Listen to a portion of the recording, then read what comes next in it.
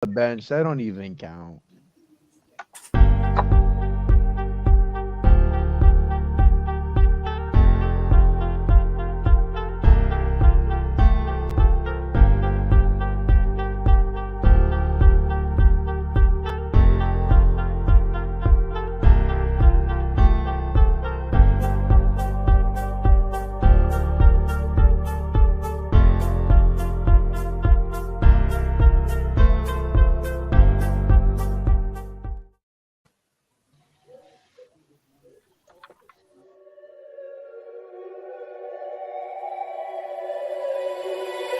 I wake up to the sounds of the silence that allows for my mind to run around with my ear up to the ground. I'm searching to behold the stories that I told when my back is to the world. Was smiling when I turned.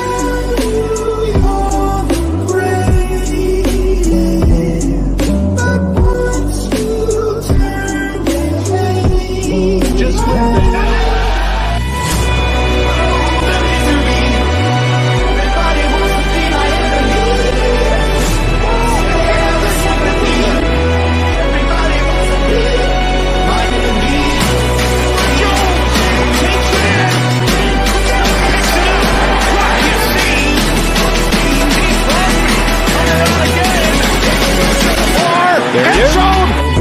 I try to the top, I've been out of shape, thinking out of box, I'm an astronaut. I'm blasting off the planet, rocking cause catastrophe, and it matters more because I had it now. I had a problem, I freaking had to go in opposition, kinda shocking, they were static with precision. I'm automatic, quarterback,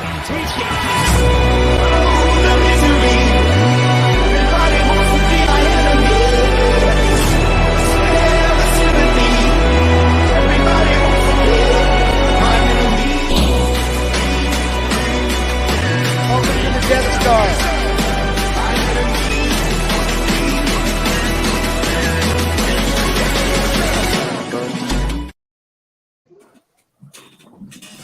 What is good, Raider Nation? Welcome back to yet another episode of Raiders Live News Talk. I'm joined by my friends Dustin, Cortez, Eric, Ray, and Sergio. Say what's up, everybody. What's good, Good Ray? Raider Nation. What's the deal? Blue Raider Nation, appreciate y'all showing up, all the people in the chat and all the mods. Thanks, man. Yo. Salute everyone. Yeah, as Dustin said, thank you to the members of this panel for showing up. As always, thank you to the mods in the chat for holding it down. We wouldn't be able to do this episode without you guys, as always. And last but not least, thank you to our viewers for watching and commenting along with us. As we begin our broadcast, we got another great one for you guys, as always. Just a quick reminder before we get started, our friend Cortez has posted all the links to our platforms. And a new URLs. link too for one of our Raider brothers, Dirty Raider, about his channel, his new channel. I dropped that too. That's the last one. Yep.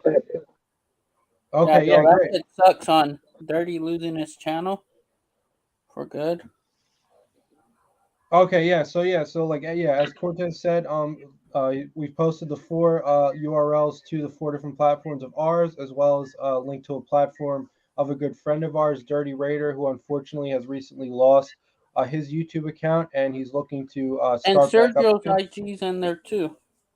Right, and our friend Raider Stats, that's his Instagram, as it says in his label on his screen right there. Follow him as well. So, like I said, our four platforms are our Instagram, Death Star Report. If you could follow us there and give us some likes, that'd be great.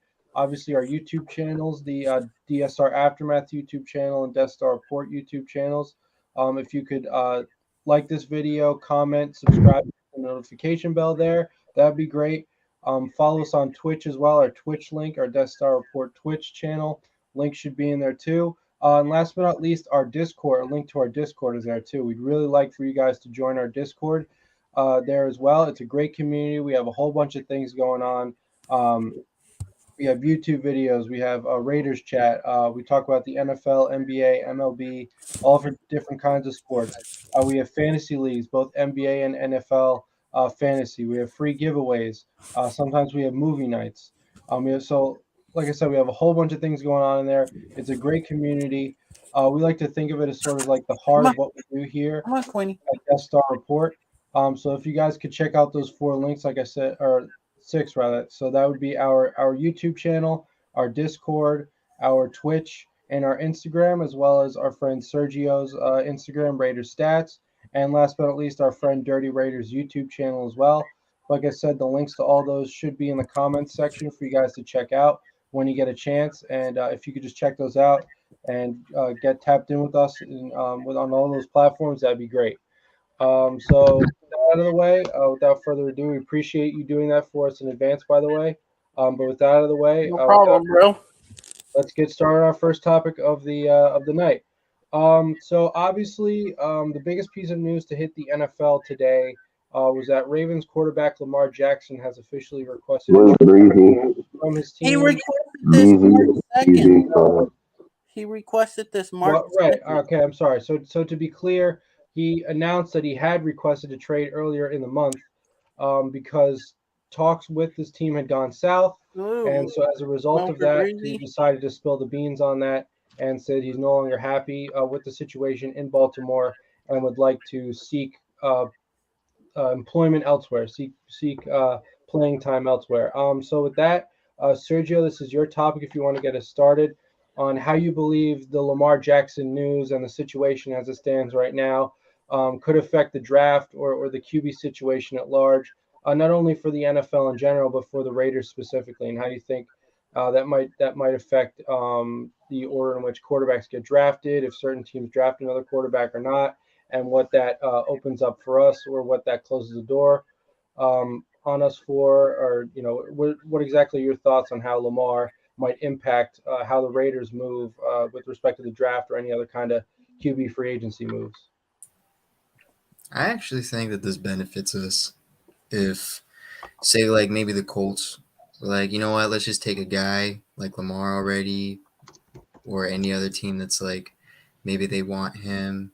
I don't know, people are talking about the Lions too, as well as like Washington or maybe the Bucks. I just think that this could benefit us. Or most definitely if one of the top picks trade for him, because then that gives us room to maybe draft one of the guys that we want, like a defensive guy. But I do most definitely think that depending if the Ravens want more than just 2 first, and then how the type of contract Lamar wants, I do think that whoever we are going to get, I think it's going to be very, very beneficial if Lamar gets traded. Hopefully, in my opinion, I hope he just gets traded to maybe not the Colts, because then that's going to take away one of our defensive players, because Ravens are just going to draft a defensive player right away because they don't care about offense at all. So, yeah, I want to know what you guys think about this, like the draft and Lamar. And like I was just going to say, I think he may end up in New England because of what Robert Kraft had to say, I think, today. So there's apparently there's some news circulating that rapper Meek Mill had texted Robert Kraft, owner of the Patriots, saying that I believe Lamar would like to go to the Patriots. This is all kind of weird because you have a rapper talking to an NFL owner about an NFL player. But apparently in response, according to Kraft himself, it would be up to Bill Belichick whether or not a trade or even just an offer, because Lamar is now sort of in a restricted free agent situation, technically speaking, where the Ravens do have an opportunity to match any offer that any other team gives him. However, given the current state of things, it doesn't seem as though they will try to match that offer, in which case the team who does give him an offer will have to give up 2 first-round draft picks to the Ravens in exchange. So, I suppose that's possible that they could have an interest in Lamar. I mean, we've seen in recent years them, try to take a chance on a guy like Cam Newton, who, as a run guy, at least to some extent, seemed to function leading the offense, although they didn't exactly have their best year. So who knows how that would go if that even were to happen.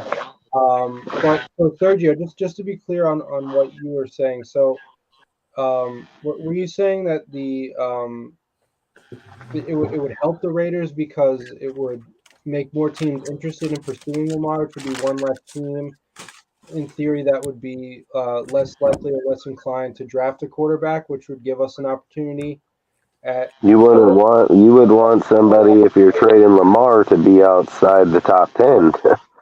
If a team trades with the Colts, what do you think Baltimore is going to do? You think No, they're yeah. just going to fucking take I just defense? They're going say to take I a think fucking quarterback. I just say I think it benefits us because there's going to be some teams that are still going to want to trade up to maybe like a defensive player or something. Mhm. So that's why I think like if the Ravens trade with someone that's outside of the top 10, that helps. But if they trade with someone like say the Colts, that's going to be bad because then that takes away a defensive player from us. They're going to pick a quarterback if they trade with the Colts.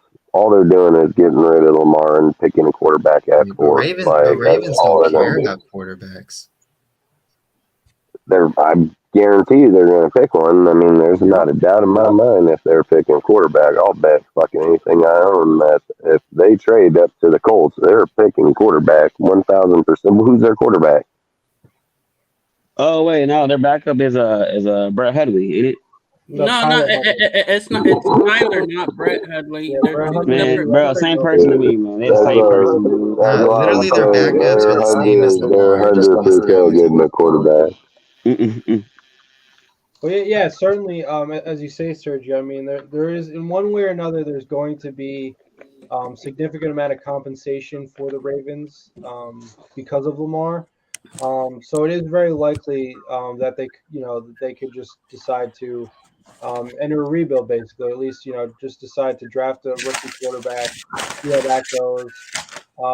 I suppose in theory you'd name a guy like Tyler Huntley the starter in that case, which would mean that he would just sort of mentor the new rookie quarterback, and then if and when the Ravens feel that this new rookie quarterback in question is ready, then they activate him as the starter at whatever point in the season, or maybe the season after this coming one, whenever that may be.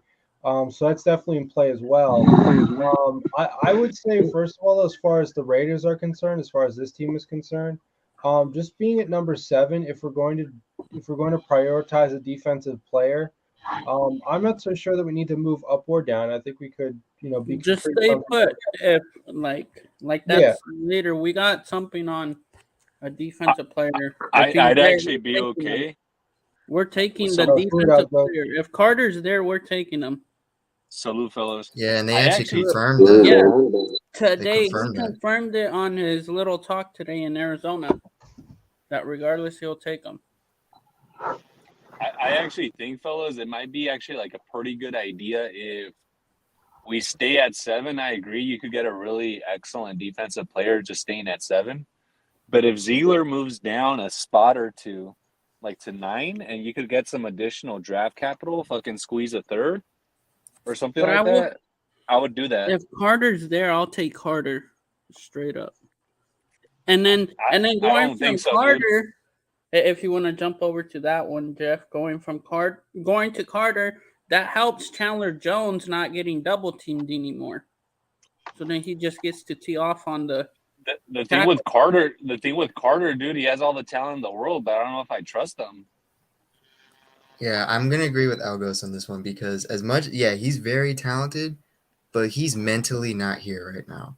Like he just Josh and Ziegler both said that if he's gonna make the Raiders, he'll have to pass the fucking evaluation test to begin with. So because the dude straight up watched his best friend die, like, and that's taking a toll on him, like very gradually. And then plus that they cannot get him in trouble because that happened in college. He won't get no trouble in the NFL. Because the situation reminds me a little bit of the Ruggs situation, even though it's not like the same. Like speeding and then someone dying in a crash. Like I don't know. I just don't want another Ruggs situation. Yeah, dude. I think, I also think Chandler, because I've heard people say, well, Chandler and Max could take him under their wing and basically, take care of the dude. But at the end of the day, Chandler and Max aren't there to babysit. Like they're there to play football. But And if he's there, I'll still take him. Yeah, I mean, I just I think it's too still think risky. it's gonna be.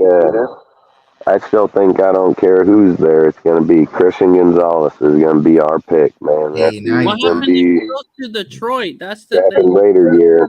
For Detroit He might. better go there. But I think Murphy is gonna go to fucking Detroit. I think fucking Miles Murphy ends up going to Detroit with fucking what's his name Hey, Hutchins. later on we need to do a mock draft. We haven't done one in a while. So I don't think, guys. I don't think Detroit will go with the cornerback because they got fucked over by Jeff Okuda. And They I think they just signed 2 corners in free Oh agency. yeah, they did just sign exactly, Jalen exactly. Ramsey They too. got Mosley and they got Cam Sutton. Exactly. So I think they'll stay. I'm Mobley, telling you, I'm Mobley is telling you the right now. I think our pick is gonna be fucking Christian Gonzalez, man. Christian That'll be the Gonzalez is best gonna pick be a in Raider, years. dude. The best pick in How tall years. is Christian It's the Gonzalez? only spot in our whole roster 6'2". that is depleted and doesn't have What a does he starter, weigh? and you're probably not getting any starter outside in the free agency at all. So you're not getting no What's his number one starter wingspan? in there. Lockett's probably not even coming back. Probably a pretty good chance because unless they're going to give him back his number or he just don't want it. Cortez, what's his But wingspan? outside of it, I just think it's I don't going to know. be. I think it's going to most definitely be Christian Gonzalez at 7. What's I his think no wingspan? one signed Yasin because I don't think he's fully healed. Yeah, me either. I don't think so It's either. probably not What that. is It's his probably he wants wingspan? fucking crazy money. I mean, you got What? dudes out there fucking at 10 and 12 million dollars, and you would think, what are we probably trying to offer him? 5? Not even. Like he's probably like, hey, I was the fucking 5th best lockdown man corner. He's probably wanting like 10, 12, and they're probably like, yeah, right, not even close. Yeah, I mean it's certainly a good problem to have. First of all, I would Like I say. said, I think our pick is going to be cornerback. I'll bet anything. Yeah, and it totally could be. I mean, like I said, at 7, it's a good problem to have that, right now we're talking about, we're throwing out all these different names that could fall to the Raiders. And so because of that, if we're going to go defense, like I said, I don't see any reason to trade up or down, but to stay put. I mean, I think the only reason to move up or down in the draft, probably up if anything, but the only reason to move at all in the draft would be to roll the dice on a quarterback. And so, because there has been, recent buzz about potentially, Hendon Hooker being drafted. I have also seen some mock drafts or some projections of Will Levis being the Raiders guy. So, I mean, outside of a quarterback, I really don't see a need in moving at all in the draft. Staying put is probably the best way to go. Yeah, I just don't. I And don't think there's just any to let reason everybody know, we're at 7,236,000. in cap space Yep. remaining. Yep. Yeah, we're not signing anyone. We need that cap for the rookies. Yeah, unless they all want to make their money on signing bonuses or something. Yeah. Yeah, I don't know if that's legal or not, but yeah, I mean, It is. You can pay a player signing bonus to where you only have them on the roster, like the salary cap for only fucking $1 million every year for 5 straight years if you want to give them that big of a signing bonus. Right. Yeah. I mean, I'm sure there are all manner of ways to get around the salary cap loop. I mean, I at this point, I'm not even really sure if it exists or not. You can call it a conspiracy theory. Saints. But, yeah, Saints. exactly. Like Well, let's go see there are how much many they got examples that after really they make this just got scratch my Brian Edwards. Isn't that crazy? They have how the heck do they have 16 million still? Where did Conspiracy. I mean, yeah, exactly. Like when you think about it, like what is Goodell going to do? If a team has the money and they're willing to spend the money, are they really going to enforce, this rule that says a team can't the spend one that has the least is Minnesota. They only have 500,000. That's it. Yeah. And Wow, then, that's tough. and then from there is the Commanders 2,000,000 and What's LA? 423. Yeah, See, for the Rams, what's theirs? the Rams. The Rams have 11 out of nowhere. Got 11 mil. And the Weren't they Chargers? under? The Chargers got 15 mil. Where the heck are they? Not for long. Not for long. After Oh, they I pay heard they're Herbert. talking Wait till next contract year. negotiations. I hope Herbert like asks for 50 million. Put them in cap purgatory. They're Please probably do. gonna try to trade Eckler The most away. is Chicago with 38. Well, of course. Ricky Deal Freed up- quarterback. Carolina. They freed up so much money. They didn't even have to pay Justin. So the difference between Carolina and the Bears is 11 mil. Mm. Dang, the Panthers still got a lot of money after signing those players. 27. Just wait till next year. They're not gonna have anything. Oh, Yep. I'll tell you guys about next year's contracts. Uh-oh. Next year projected, we're gonna have 71 million. How? Oh, Wow. that's because the dead cap's gonna go away. Oh, for real? Yeah. Finally. Yeah, we don't got From no Ruggs dead and cap. Arnett. Hey, the Chargers are gonna be in capitory. They're gonna be negative 10 mil. Ooh. And they gotta pay Herbert. Guess how much the Saints are gonna be in? I don't even tell me. I don't even care about this. thing, man. 42 mil. Wait, negative? Yes, in the red, negative. Who? The Saints. Saints. They're negative Cleveland? every year. What are they? 60 mil in the negative right now? No, nobody's in the negative. But next year is the bottom two is Cleveland and New Orleans. Cleveland's gonna be 37 in the hole. Jesus. Well, that's tough, man. Some That's people tough. say the cap is fake, dude. They say the cap is fake. Yeah, bro, the cap is fake. I mean, I think everything we know only leads us to that conclusion. That's like I say, call it a conspiracy theory if you want, but I really don't believe in it. Yeah, Even the Rams. yeah. even Everybody the had Rams, that dude. question of last year on how the Rams got all those players. Yeah. I mean, some creative accounting, as they call it. Yeah, no, especially Financial with the gymnastics. Saints, man. I remember when Sean Payton left, what the Saints were at negative 72. Mm-hmm. Yeah. I wonder what they did. The You know what Raiders. they did are- with what they did with Goodell there. Like, come on, man. So my understanding, guys, is like the Raiders are oftentimes like we have to observe the cap because our owner is very cash poor. So these richer owners are like able to pay signing bonuses, and like it's my understanding that some of those bonuses, like only part of it counts towards the cap. But there's something to do with like bonuses and like workout bonuses, so they pay Yeah. part of the salary as bonuses, and then that actually doesn't feed into the cap. But like we actually have to abide by the cap because Mark Davis is cash poor. Yeah, I mean, like I said, it's probably just a guideline. It's like, oh well, I shouldn't be spending more than this amount of money, but if I want to, I can. Like for example, I think the Chiefs, like they restructured Mahomes' deal Contract. his contract last year as a signing bonus to stay under the cap or His something. so- freaking 10-year contract. Yeah, so but I'm sure there's a lot of stuff written into a contract that size, all kinds of ways to move things around. But as far as as we were talking about, signing free agents, having cap space and whatnot, obviously with two of the moves for this team that have happened this offseason are the signings of OJ Howard and Austin Hooper, two players who we haven't really talked much about, at least as far as I can remember in recent days. So, Ray, this is your topic if you want to get us started on that, on what you think McDaniel's plan is exactly as far as signing these two guys and how he plans to integrate them into the offense to replace the likes of guys like Darren Waller and Foster Moreau. Well, What do Foster you think may be offensively coming is back. His strategy. No, Yeah, they're just yeah, paying just- Foster's medical bills. Yeah, they're Yeah, just yeah, helping yeah. him out, Just I put think. him on IR. Yeah. Let him place him on IR.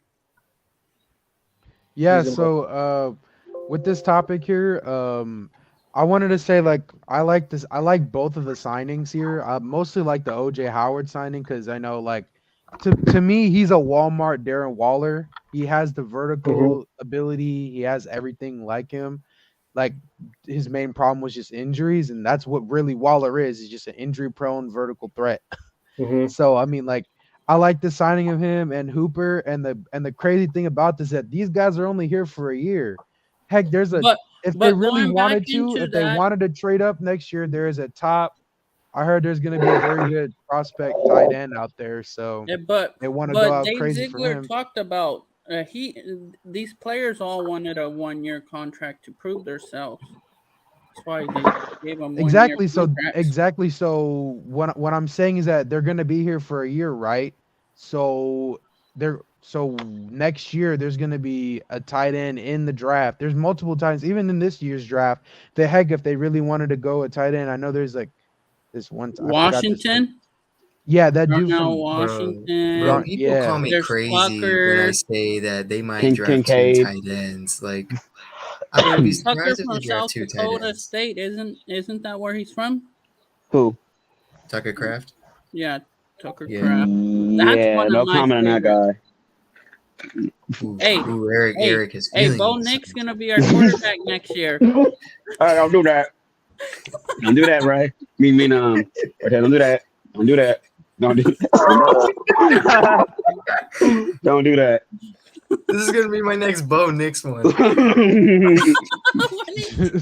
Don't do that, man. I timed it perfectly. Dustin doesn't even want to look at it, bro. He's like, I'll protest, man. I will protest Mark Davis. Don't do that.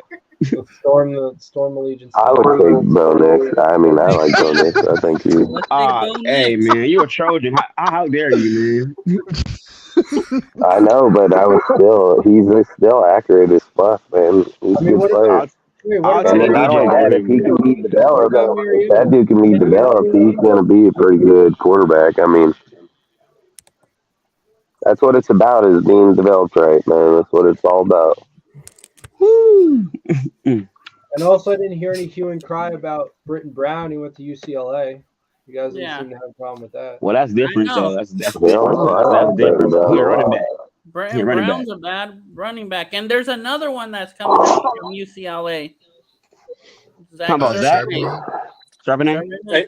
Hey, so serious question for the panel. But I do believe they're taking the tight end this year for sure. I mean, there's not doubt in my mind. Let's not be surprised that they may take a running back too in the later rounds. They got So 12 have picks, like 5 dude. running I backs mean, now? they're going to take a lot of motherfuckers out here. And they're gonna get rid of Jacobs. It's not even that, dude. Britton Brown and all these dudes, they're 7th-round picks. Their contracts are year 1, 2 contracts. Like, they're going to be gone in a second. So, Zeus would be the only guy, but because he was around 3 or 4. So, 3, I think. But long story short is that he would 4. So then he can probably still be exiled too. The only guys that are like year 1, year 2 players that are 5 and 4 year, and then it's like 3. So odds are they're probably not. There ain't gonna be nothing to drop a lot of these dudes. So. Oh yeah, did you guys hear about the other conference that he had with the beat writers outside too? Mm-mm. They asked him about Parham, and he said, "Yeah, Parham will be practicing at center, guard, at both guards." you're talking about the 6'8" tight end? Wait, no. Dylan Parham. Oh, dude. No, he's talking about when they asked him about Parham. He said that he said the fact with Andre. He said with Andre. He said with Andre being there, he said that Parham's going to be listed as both guards and center because it'll make his value higher. Fucking. To go, but that's basically what he is talking James about. Start out as a tackle at first. Oh yeah, he did play tackle over at UCLA. They like James. They love James. And I think this is his last year on this contract that he has, if I'm not mistaken. Who's you talking about this contract? Andre James. Oh, okay. Yeah. Great replacement, honestly, because look at Hud, bro. Hud's in free agency looking for somebody. Hud's going to retire. Yeah, and the other fans would probably be like, "Oh, go get him, bring him." Yeah, bro, we're done. Look who else is out there that we recently cut a couple years ago. Gabe Jackson's out there now.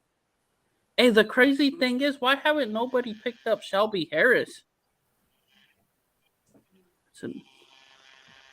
Who? Shelby Harris is still out there.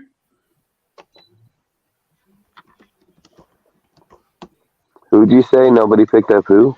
Nobody Shelby has Harris. picked up Gabe Jackson, Rodney Hudson, or Shelby Harris.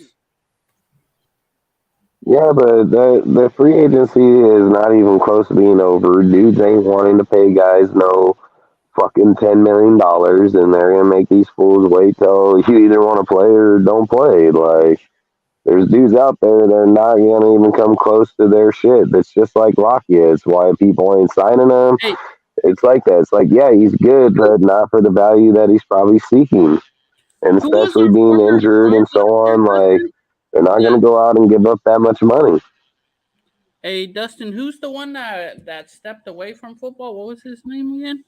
The one that tore his ACL the year before against Oh, Baltimore. Nasir Adderley. No, I'm talking about our offensive lineman that could play tackle or Oh, guard. Denzel Good. Yeah. Whatever happened Oh, with him? good. Because Oh, we he still retired. He technically- retired, dude. He Yeah, retired but before the season started. yeah, but we still had his, like, whenever he's ready to come back, we could still pick him up. Who? Still had his rights. Denzel Yeah, Good. he Who? retired too in the beginning of the season. Yeah, but yeah, we do own it. Yeah, but he retired because he couldn't come off his injury.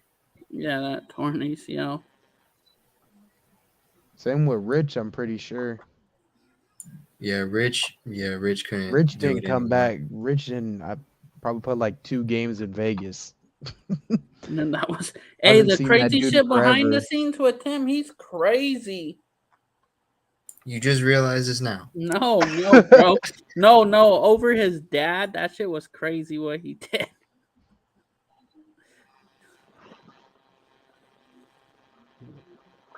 Yeah, because I think the Raiders are sitting like almost ideal at the moment going in the draft. You got 12 picks. You're looking pretty good against the offense. I mean, receiver wise, things like that. Line. I mean, you can pick a guy here or there. It's not gonna matter. I mean, you got 12 fucking picks. Whatever you want to fucking do. But if you're sitting there looking at the way the roster is like, okay, at the tight end, it's a highly sought after position within this year's draft. There's a lot of tight ends in there. You have Hooper and you have Howard. You're hoping Howard comes out and works good, but there's still the possibility he may not even make the team. Hooper going to make the team for sure. So you're drafting one tight end automatically. So you could probably see 2 tight ends probably being drafted there. Like I said, I think you can see two cornerbacks being drafted for sure on the opposite side of the ball. Because Second corner in the later round.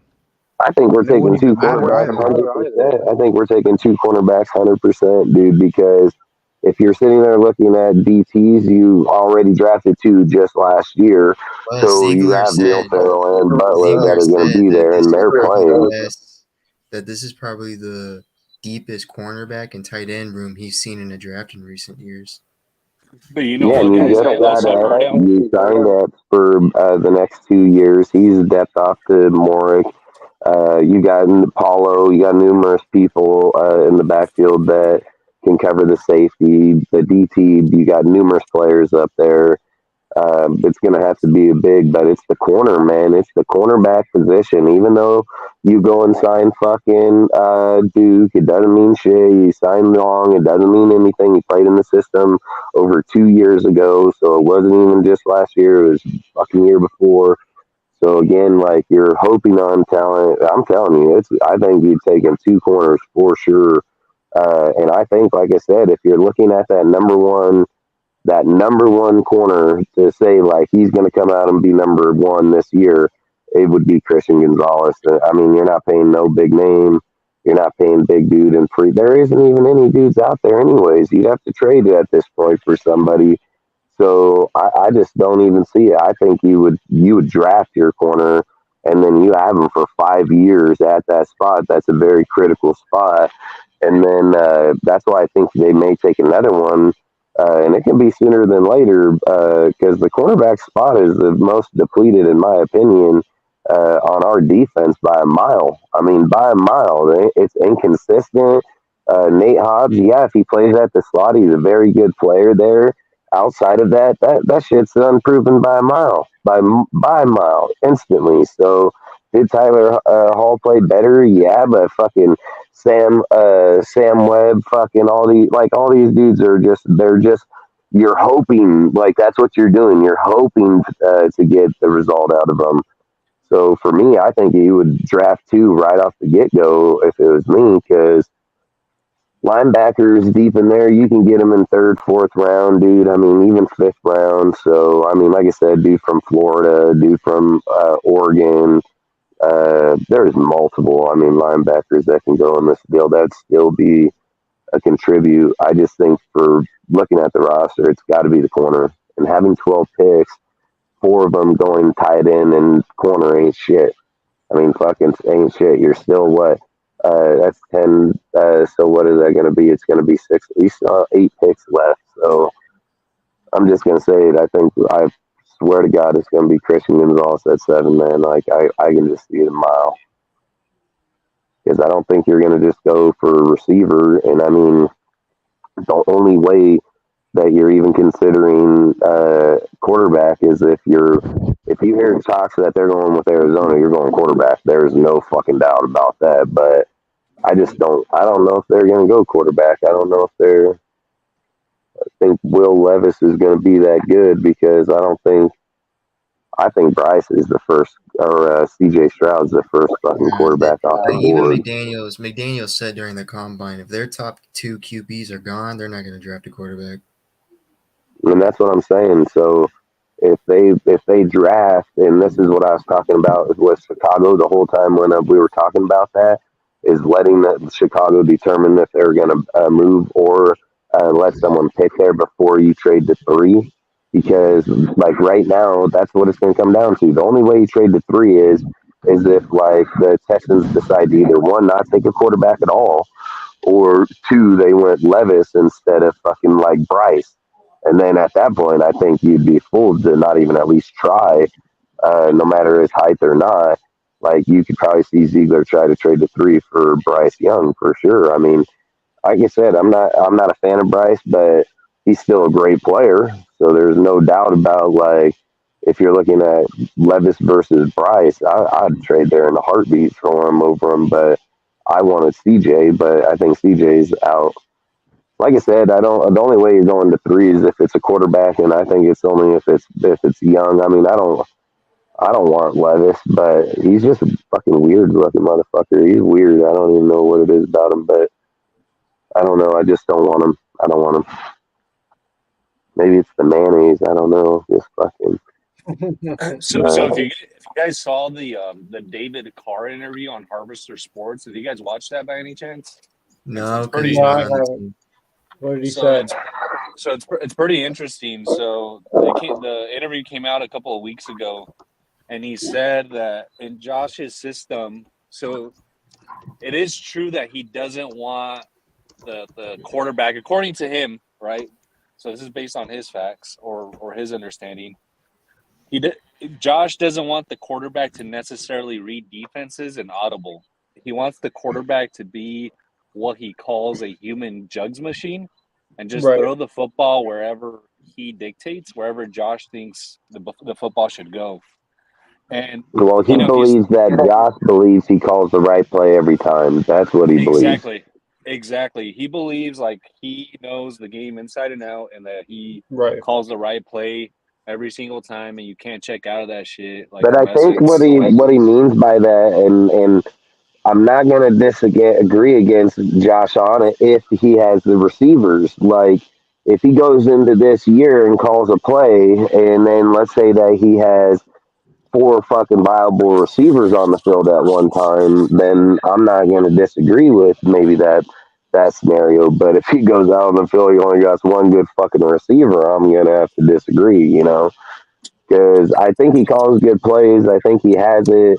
But yes, I agree with like what you're saying, because he believes like he believes he calls the right play every time, dude. So I just don't think he calls good plays, man. I mean, however his ego or how people want to slate his ego is however they slate it. I don't know what to say about that. I mean, I think the guy is like a really good play caller, but I do think he should provide the quarterback with a little bit more flexibility. Like It's that being said, if indeed, Josh just wants like a human jugs machine, as David Carr says, you don't actually need Yeah, the most but talented David quarterback. David doesn't play for this team, and David never does. He's a hater because his brother's not a Raider no more. And I wouldn't be really taking much of David's fucking say to begin with. Like, Yeah, but why here's would also the thing. Why would Jimmy have interest with Josh instantly? No, If yeah, that's yeah, the yeah. case, That's like, why because would here's the he? thing. Why would they reach out and talk to him mutually right away? Because here's the So thing. I don't buy I that remember I bullshit. pointed this out. Jimmy himself said that McDaniels would let you change the plays. If he knows this shit, I don't see why he wouldn't allow him to fucking give him the best chance to win. I mean, listen, this is what I think people got to get over, and that they can think this however they want or not. Listen, it's not personal. It wasn't personal against Derek Carr or not, and it was just the fact. Cut one player, $40 million, dude. They need the money. Rebuild the fucking deal. They didn't allow him to call plays because they were looking to tank the fucking season. They didn't need him to call plays. They needed them to lose fucking games. You know what I mean? So I think a lot of people are looking at it double-sided on here. It's like one side, it's like, yeah, we tank games, but at the very next sentence, it's like, at the same time, they make it where tanking games wasn't even the subject and that we're just losing. Like, that's not even true. Like, we've all sat here, we've all discussed it, we've all said it. Like you said, like, in that aspect, they were planning to lose the games, dude. In this aspect, they're trying to win. They're trying to rebuild the team. They're trying to give the best option. Like, people are not going to get past this because of Derek Carr, but it has nothing to do with them, dude. It was just the fact. Look, people can go look up the roster last year and the salary cap before we ever made any moves. See how many players it would have taken to get to $40 million. See how many players it would have taken to cut to get to $40 million. You would have cut fucking like 8 dudes. Like, you would have been cutting a whole bunch of people, and he probably couldn't have because of the way contracts are and the way dead cap is. It was like Carr's contract was perfect. It's $40 million right back to them. Put it where they need it. Build the players that they need. Like, people can hate, say whatever the fuck they want. It's facts. I mean, look at the offense. Look at what they're doing in the defense. They got 12 fucking picks. It's probably going to be designated to the defense. Like, there's a lot of things when it comes back to rebuilding. Like, yes, did they come out and tell you no that they didn't that they're not, or did they come out and say that they're rebuilding? No, but if you're a fucking grown ass man, I'm pretty fucking sure you can tell that they're fucking building. So, however you want, if you need a guy to hold your fucking hand to walk across the street and tell you it's okay, then fucking that's what you need. If you need a guy to come out and blatantly tell you that he's rebuilding, then fucking that's what you need. But I'm a fucking fan. I know what they're doing. I see it by a mile away, so I'm pretty sure they're rebuilding and good. That's what he needs to fucking do. I have no issue with it. Like, I said it from the get-go, dude. The difference is I know who the fuck they are, so I knew this shit was coming. Like, there's not a fucking doubt in my mind, dude. So I think where we're at this moment in time, people can sit and say, like, yeah, this isn't the flashy name, and yeah, this isn't the big dudes, and oh, they're gonna have to prove it, and I don't give a fuck. I think he goes out with all the dudes that are on the market. He could add pick at anybody. He's giving out fucking money for a guy that's familiar within the system. He could have picked people like DJ Chark or fucking Lazar or any of these other guys, and they didn't because they don't fucking want them, dude. They want dudes that fit their shit, know their system, that's familiar with it. If people sit here and talk about, well, we got to get to the Super Bowl, that's the best chance you have is familiarity. And then you got Jimmy over here that knows it, dude. Like, I keep saying to hella people that we have these conversations with, they're like, yeah, but it's not Carr. And Carr, he don't want a guy that throws the ball 50 fucking yards downfield. He does not give a fuck, dude. He wants a guy that can evaluate the fucking field fast and identify the field fast, get the check down, get the slant, get the out route, get the fucking stream up the field, fucking, like, they want the seam up the field. They want fucking just things like that, because that's the thing people don't understand. It's not, Devontae is not no fucking streaker, dude. Like, Devontae works off foot movement, dude. It's like Suckers I the keep, players, gets it's in and like out. it's like I That's keep why saying if we can make it even to like not put the blame on McDaniels and Carr. Carr got too used to vertical plays. McDaniel's system isn't vertical plays; it's plays that go left and right. It's shift plays. That's Kind of why like Hopkins would be a good fucking pick inside that team too, because you're not getting these streak players that you need a big ass arm to get downfield. They just need to get open that he can give it to that makes the rest of the play with his feet. You know what I mean? Like that's what they fucking need in there. And people keep having this narrative that it's like, oh, Waller and all fucking Carr and all that. They don't want that no more. They don't want that. They ain't seen that type of vision.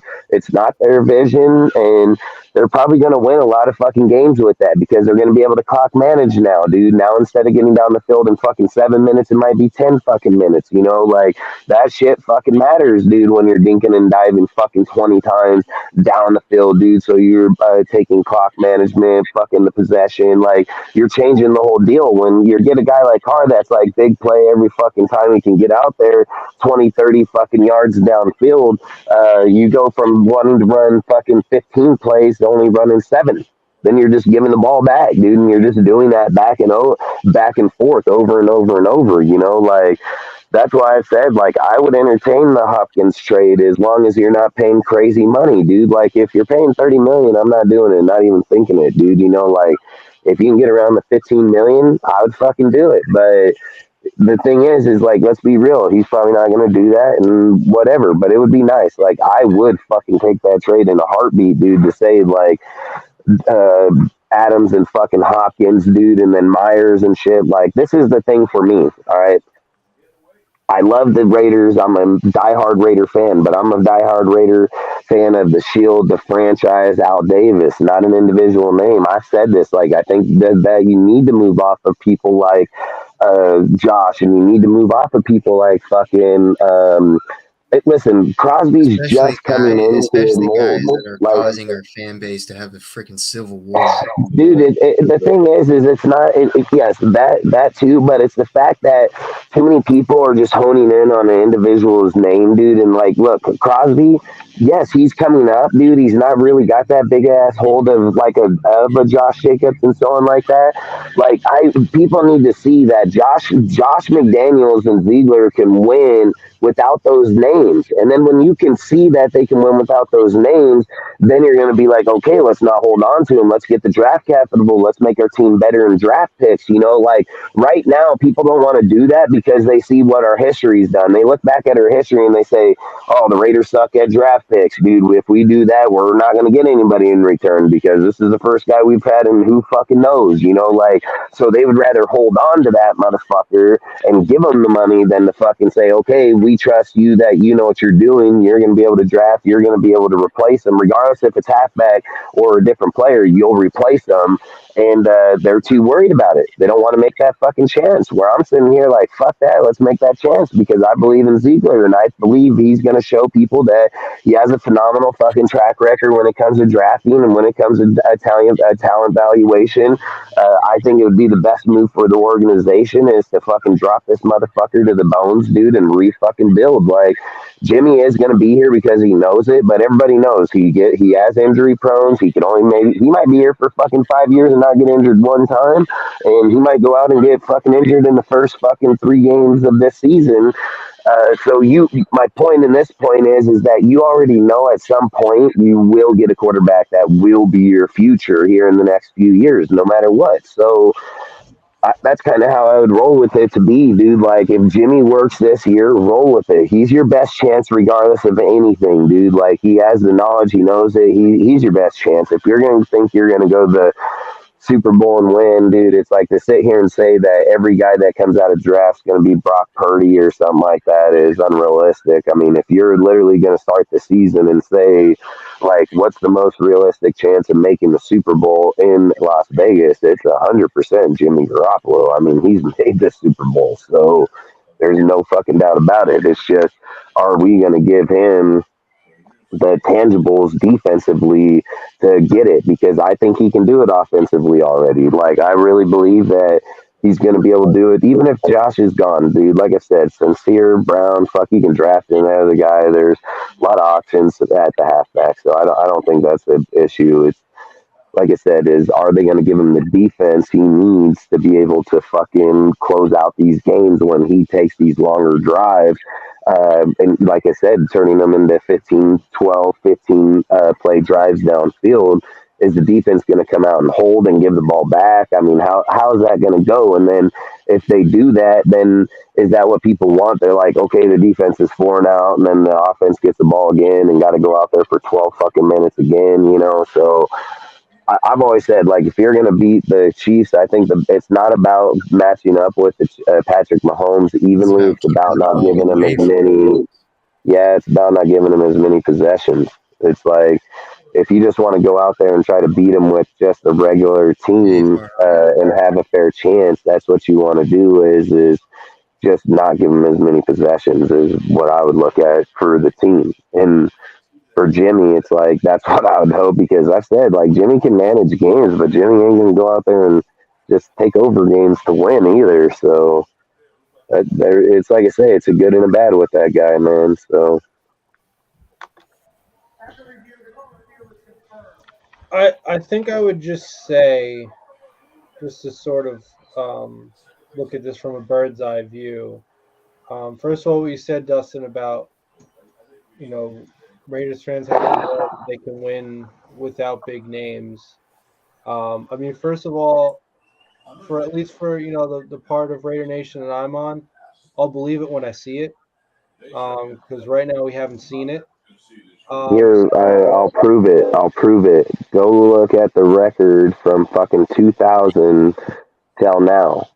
And then when you look at our record from 2000 till now, do another thing. Go year by year in the free agency transaction and look at the names that we signed.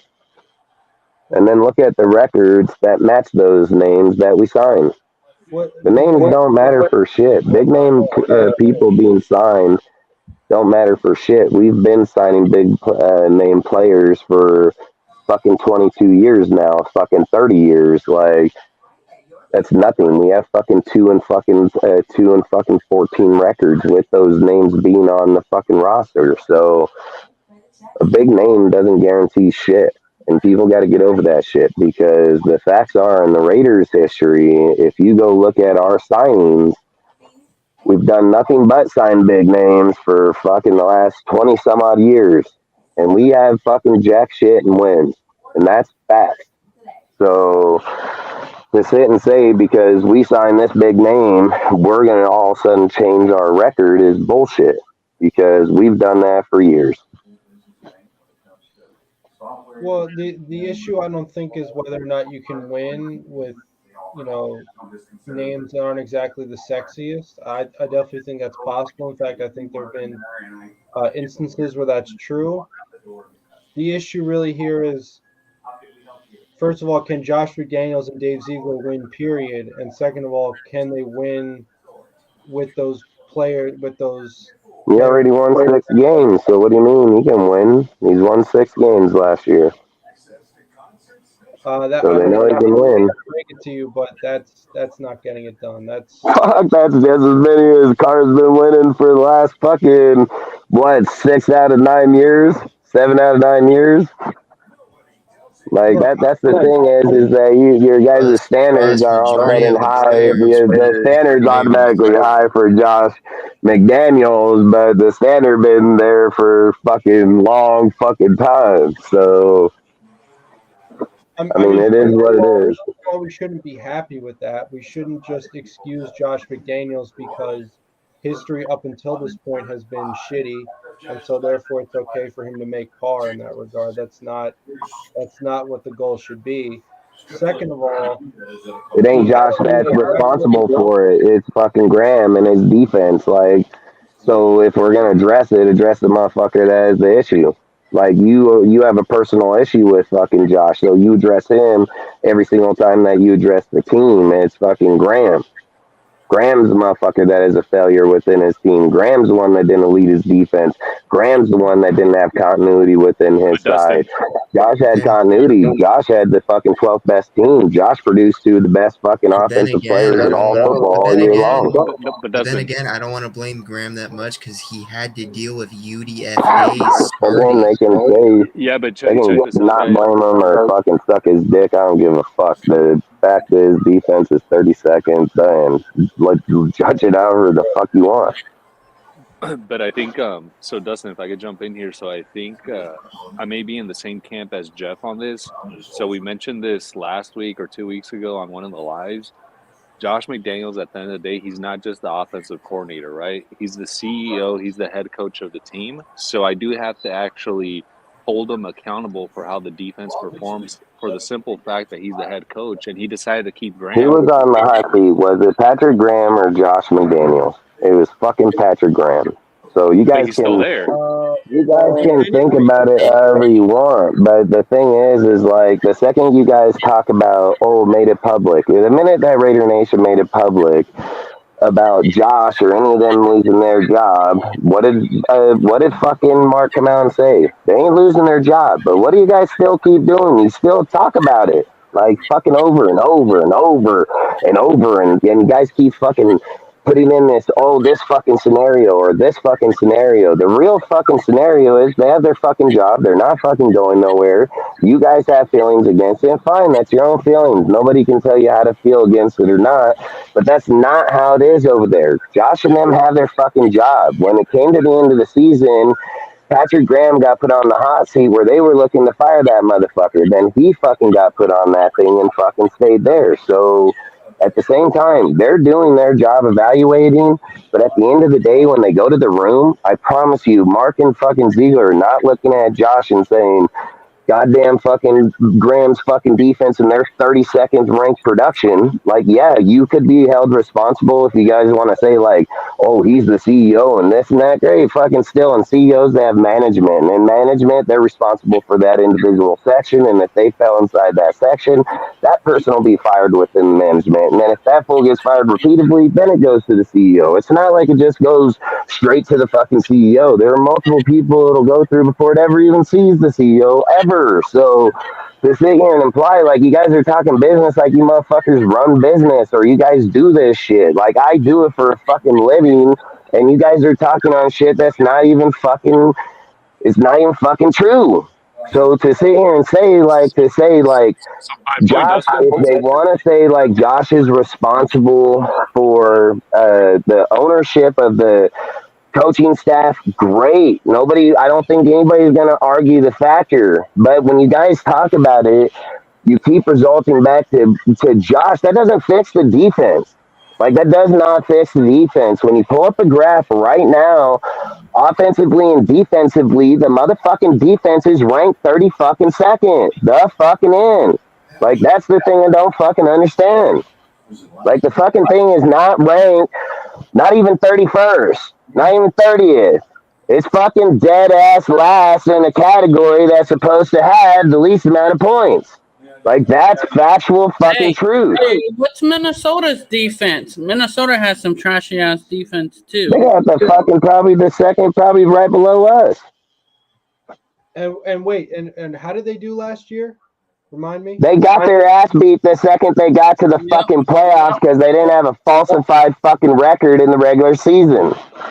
What 11 fucking 1 point, 11 fucking 1 point fucking game determined? Get the fuck out of here, dude. Like, this is my point. You guys fucking come on some bullshit ass fucking stats, dude. Like, oh, did you see what the fucking Vikings did on 11 game fuck? That's not how you want to fucking even compare. Yeah. Why would you even jump to that team to compare? Like, that's the worst comparison you can even fucking put out there. It's like, this team was in a sorry-ass division. They played weak-ass fucking players. They got their ass beat the second they got to the playoffs. Like, that. What does it matter? Is it to have the regular season or is it to be in the fucking playoffs and win? Which fucking record are you looking to win, dude? Like, fucking sit here and say, like, oh, the fucking Cowboys over there. Cowboys men have a winning record, too, and got their ass beat every time they get in there, too. Same with Lamar. Like, whatever. I don't even give a fuck. Shit getting old. Getting fucking stupid as fuck. I just wanted to bring this up to say really that when you rewind everything back to when McDaniels first took this job, he had ample opportunities to initiate the rebuild then, and instead he and Ziegler signed a bunch of key players to big deals to the point where everyone had no choice but to say, okay, this year right now McDaniels is serious. He wants to win. He wants to be a competitor this year. You don't think though And that that maybe Mark told him to sign all these players? what okay. He signed one dude to a contract, which was fucking Chandler. If he said any other guy was already a Raider, so it wasn't like they went out and signed fucking outside of Devontae. Like that's not fucking. Promise you, Mark wants Devontae 1,000%. Because Mark's the only dude that I remember last season that said that it wasn't a rebuild. Okay, so let's put it this way: you're an owner, right? You believe that your GM head coach, whether you want to put the blame on, whether you think it's not good, sign a tight end to a 3-year, $54 million contract. You only get out of it at the end of the day a third-round pick. Is a third-round pick worth $51 million? We didn't pay shit. What are you talking about? We didn't fucking pay anything. Pay a fucking deal. What did I say when they signed it? I said signing trades happen all the time in the NBA. That contract doesn't mean shit. Like, you guys need to study contracts if you're gonna talk on them, dude. Like, I don't know how I can keep saying this. Motherfucking David Njoku for the Cleveland fucking Browns has a $15.35 million fucking contract. He is not better than fucking Waller.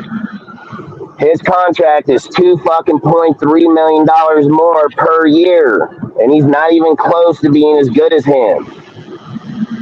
I said, motherfuckers do this shit all the time. He beat them to the fucking market before people were signing contracts. Ziegler, them fucking smart as fuck. But again, you guys don't know because you don't know the contracts, you don't know the percentage, you don't know when it was signed, you don't know that it was the first fucking contract signed. You're fucking going on some bullshit ass over the cap fucking stat. You don't look how the whole contract happened. The contract happened at the time that it was the highest paid at the time, but the cheapest of overall by a mile. A third overall pick. Fucking Waller wants a better pick. He should have played for 2 years. Like, fuck. You guys you're overvaluing your player. Like, if you overvalue Waller for 2 years and 4 years ago, and then you're fucking saying, like, hey, man, over 2 years, he only played 1 year, but I want a first pick. That's fuck. You're overvaluing your players, dude. Like, you're never going to have a good team. That's why I say you guys shouldn't scout. You shouldn't fucking talk on scouting, dude. Like, you can't value him at a fucking first overall pick. Like, fuck, that's like sitting there saying, like, Jamar Chase, like, what are you, like, 10 overall first picks? Like, that's what you say. They're first overall pick, first picks because they're actively playing right now, putting up those yards right fucking now. That's why Josh's value is the highest right now. It ain't gonna probably be that next year. 1 fucking year away, it probably won't be that. Even after 2,000 fucking yards. Now you guys fucking go keep cock riding this motherfucker. What do you have? Like 300 yards last year? Like, what the fuck, dude? Year before, fucking like 800, fucking 700. Fucking dude's 2 years in the very beginning. Fucking, it's just crazy. It's crazy as fuck, dude. That dude is not fucking as good as people are claiming. The fucking guy ain't been on the field for fucking 2 years. It's not really about how I agree. Go ahead, Jeff. Well, I was just gonna say it's not really about how good Darren Waller is or is not that concerns me. It's the fact that, like I said, everybody was very hyped up for this team going into this past year. It looked like this was a team that was supposed to be, in the very least, a wild card contender. It really looked like this was a win now situation. And largely that was because Ziegler signed a bunch of these key players that keep And when it failed horribly, they just decided to scrap everything as if this past year didn't happen at all. And to me, you have to lose a lot of confidence and you have to be very skeptical about the direction of this franchise because they look like they're making one move and now they're just deciding to scrap it all. It really doesn't look like they know what they're doing. And like I said, I'll believe it when I see it. But right now, I just that at least I think the concern here, at least for part of Raider Nation, the part of Raider Nation that I'm a part of right now, I think the concern is warranted. And so that was basically just my point that I'm just worried that it seems like they have a plan sometimes and they're like, oh, never mind, scrap it.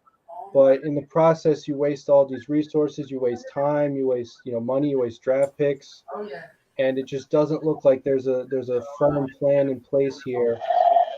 And I like I said, I think in the very least the concern is warranted, and it doesn't really necessarily have to do with how good you think a player may or may not be. It's the lack of clarity with respect to a plan here, and as I've mentioned before, we're going into a year where it's going to be a pretty tough schedule. I mean, you have to think the AFC East is going to pose, at least the Bills and Dolphins are going to be tough competitors. The Jets could very well pose a threat too, especially if they have the success that they did in the first several weeks of the season.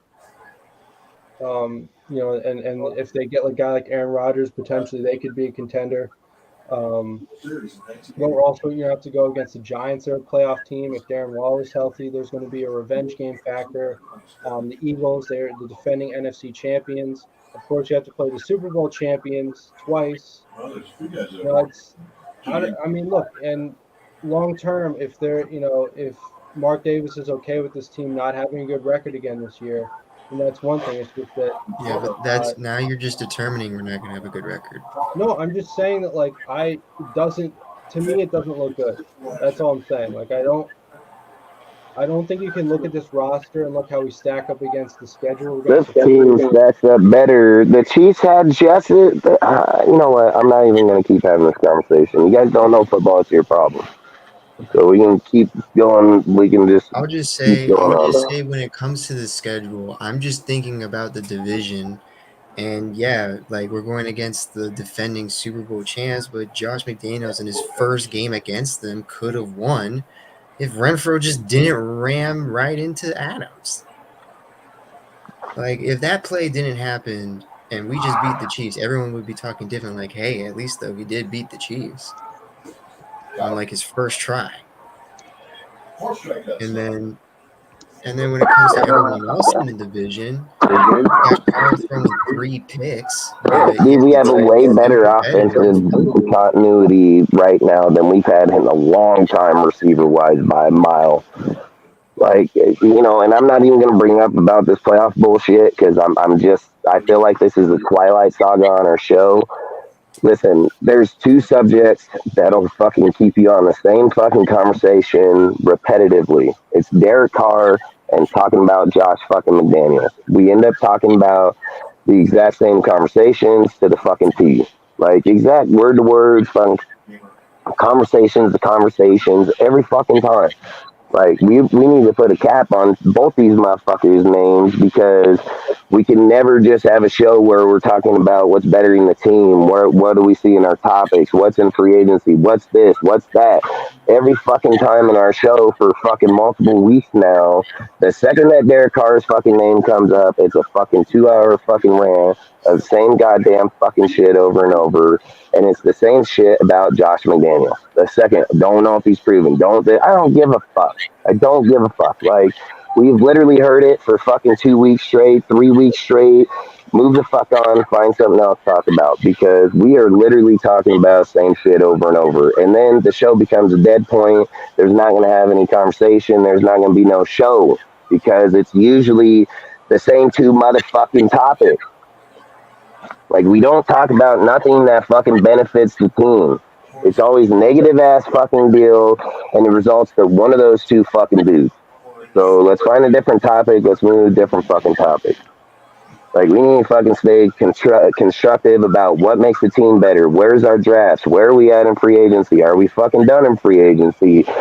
Do we see fucking Ziegler fucking picking him? Josh ain't fucking playing right now. It ain't fucking Josh's turn.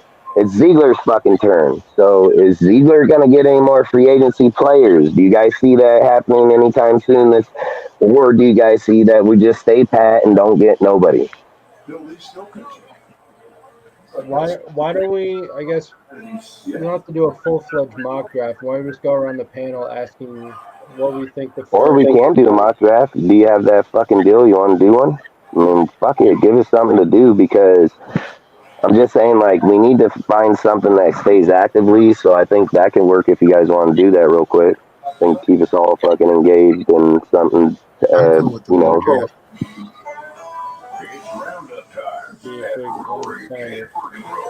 Why he finds it, but what do you guys think? Like, do you think we're good at where we're at like with our team going into the draft, or do you think we still need, like, look, man, if we don't got it by now that they are not signing big name players, I don't know what to fucking tell people. Yes, $7 million.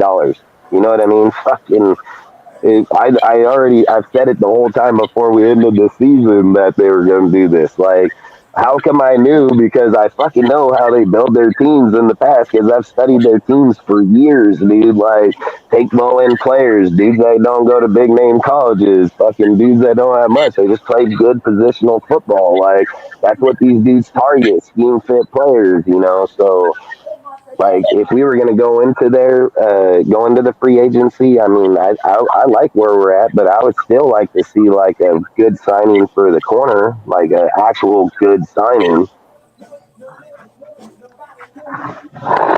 Can you guys see that? Yeah, is this PFF? Will they let you do the whole draft? Because I thought they said PFF charges you now. No, this is Pro Football Network. PFF. Yeah, because I was just saying, I heard that they said, like, PFF. Yeah, I Say don't again? know PFF. Like, they're only letting you do. Yeah, do all 7 rounds. Do all the rounds. Yeah, like PFF is only letting you do like the first 2 rounds, and you're not even allowed to trade. Somebody bring me impatient. Yeah, you would think you would want to be able to show your platform to be able to bring people in, you know, not be like, oh, fuck, you get 1 or 2 picks and fucking pay us $79.99 a month. The accounts and descriptions of this game may not be disseminated without the express written consent of the San Francisco Basketball Club, LLC. Dang, Christian Gonzalez went right away. Where'd he go? He went to the Cardinals. What do you guys think about that? I mean, Patrick Peterson. I said Patrick Peterson. He's in the Vikings. I don't fucking see that happening at all. Bro, Will Anderson or Jalen Carter. There must be a reason why Eagles are trading up, because Will Anderson's available. You guys like it or no? The offer. I don't want to. I'd rather just stay where we're at. Nah, if I see both Anderson and Carter there, I ain't trading. They're both on the board, right? They're both on the board, yeah. And Bryce is on the board, is he not? No, Bryce was I don't care if they gave us fucking the next 5 years of their first round pick. I would take their 5 years first round picks for sure, but no, let's not do this. We don't want to trade. Let's make our picks.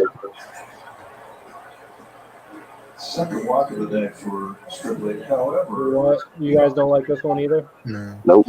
we're happy. Wow. Keeps getting better. Yeah, we're the 7th, they're 19th. It ain't that much better. I know, but you think about like 2024 first and second. We still gotta fucking do. Our next year don't matter. We're not drafting next year. There's Ruiz. Like, do you think we're going out of this draft and drafting the following year? No. I guess I don't know if they would let you do multiple years. Nah, just give me Anderson or Carter. I'm gonna flip a coin. So I guess we're on the clock. I would say Will Anderson would be a bigger need, and player profile would probably be a better person. So my vote would be Will Anderson over Jalen Jalen Carter. I would go Jalen Carter just because, like, I mean, if we're gonna still stick with Chandler, then like, Will Anderson would make sense on the other side of Max, but like, I just think up the middle in terms of position, Jalen Carter would be the better pick. But I mean, Jalen Carter's stock has fallen. Because Will Anderson could be another Malcolm Kuntz, you know what I mean? Like, just doesn't get the playing. Will Anderson's a fucking linebacker, fucking slash edge rusher. Yeah, I would take Anderson because of the coverage. Yeah, I would take Anderson over Carter here for me. As much as I would really like Carter, if Anderson's there. They don't count. So Rodgers is coming in.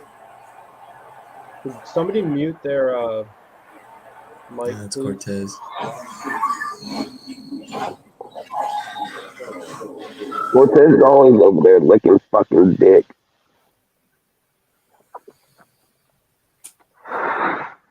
Dang it, the Saints took Washington. Pain. Oh. Nah. No. Yeah, I guess we're objecting all.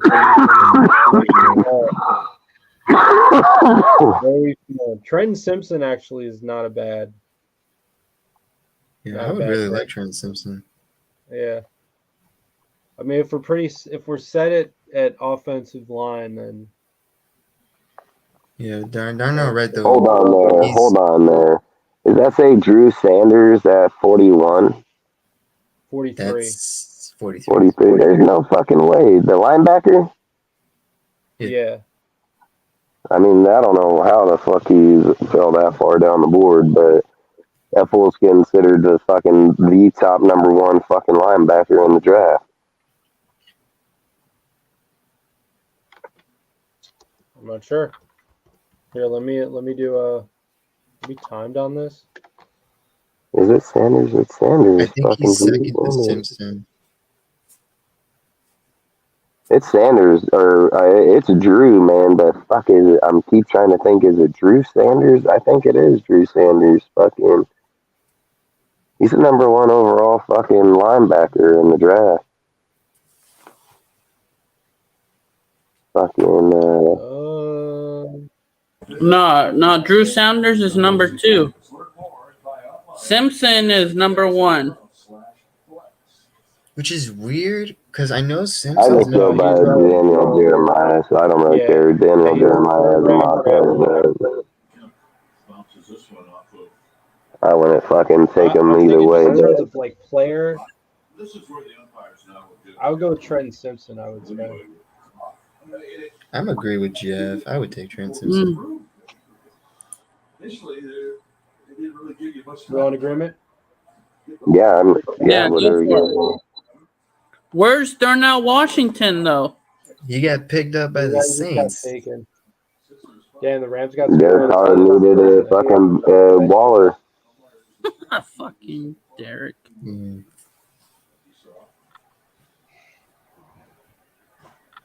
Derek Carr Jr. Hey, hopefully nobody takes. He's just going. They're just. Dang, Seahawks take Hooker.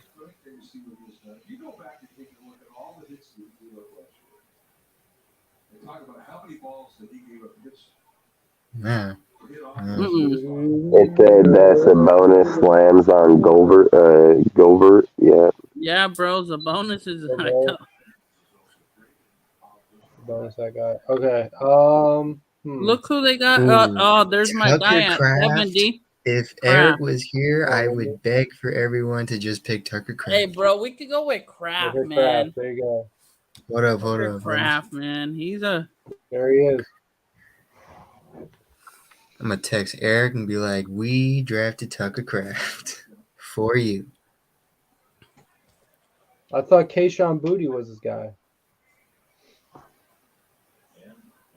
Nah, it's because he doesn't want us to draft Tucker Kraft. So I'm like, I hope we draft Tucker Kraft then. Yeah. Tucker Kraft is his Bo Nix. His Bo Nix. Yeah, I would take Tucker Kraft. Tucker Kraft. Tucker Kraft, yeah, definitely. All right. On agreement. Yeah. He's 6'5", 6'5", 255. Big.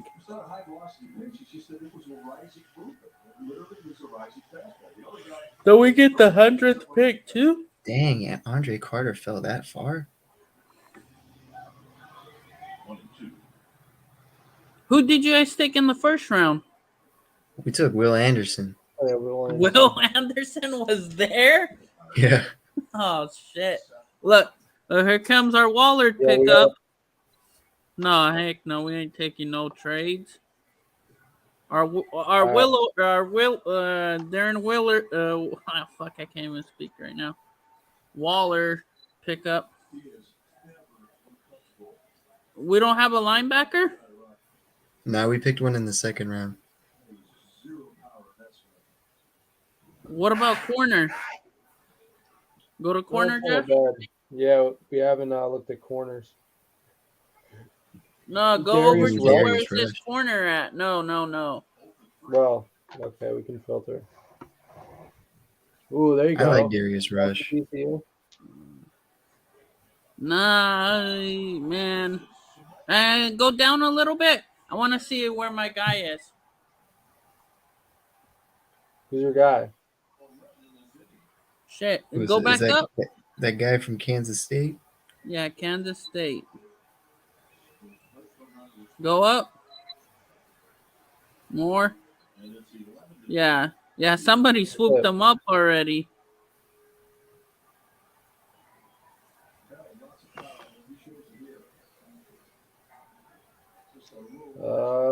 Yeah, looking like we probably should have prioritized corner. Looking back on it, we had the Oh, shit. We can do Darius another Rush, one though, if you guys want. he's a pretty good corner. over the Raiders. We draft poorly. Try You guys- safety. you guys- Yeah, try safety. safety. Hickman's there. Mhm.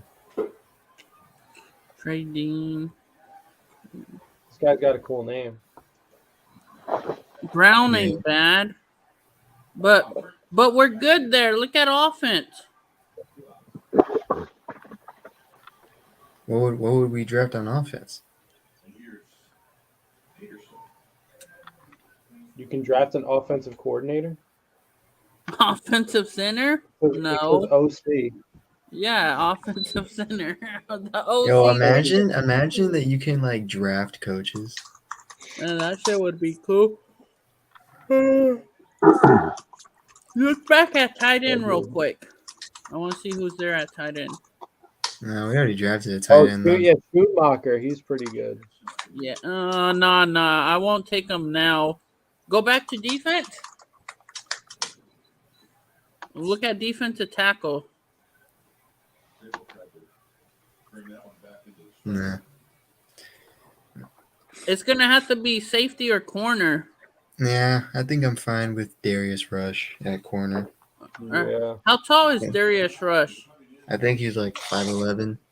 This guy, I mean, LT's like nephew or something like that, whatever his relative. This guy's pretty And good. there's only two corners there. I'd pick him or the Rush. Yeah, Rush. Go with Rush. Either of those two would be the same. They're the same. TCU corner, pretty good corner. Yeah, Rush is good corner. So they're both good corners. I mean, if we can get TCU corner in the next round, I'd pick his ass right now too. All right. take What are we him. doing now? Take Oh, him. he's still there. I would take him. Take him Take now. him? Oh don't no, That we doesn't took do him it. Yeah, I don't too mind. early, I don't I mind the think. pick. Nah, I don't think so. I think freaking with players like Should we look him, at dude, quarterbacks they, now? Wild name, dude. Dontavion. Should we look at quarterbacks in the 5th round now? See what's there. Yeah, The sure. thing is that we should have probably went corner before tight end. Like we should have probably went corner in the second round.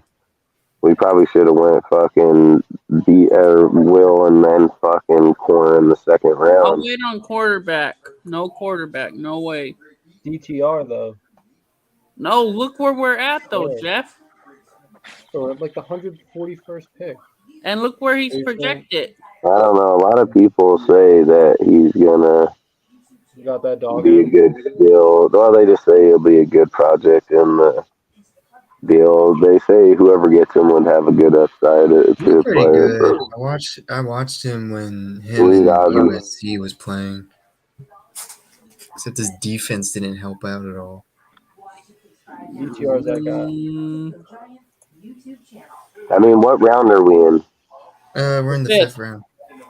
And we have how many? 3 picks? We have I three. believe for 3 Panthers. picks in I this would round. take DTR. I would say fuck it and take DTR because what are the quarterbacks are there? They had Duggan. O'Connell Jake or Gainer. O'Connell, Max Yeah, Duggar. I would take DTR because, like I said, I mean, a lot of scouts, a lot of GMs, a lot of people. His combine wasn't good, but still, a lot of people speak high on him as he will be a good What's his player. height? They're basically saying like if you pick him up, you're gonna get a steal from him later on because of the developmental that they think he'll have. And I think if you're in the 5th round and he's there, he's the best quarterback on that board. I would take him. You got 2 other picks inside this round. I'd pick him. Who do All we right, go what are we with on now? Safety? Safety? Ooh. Yeah. Look at safety. Hickman. Yeah, you want to just take Hickman? Oh yeah, Hickman. He's a pretty good safety. 6'1".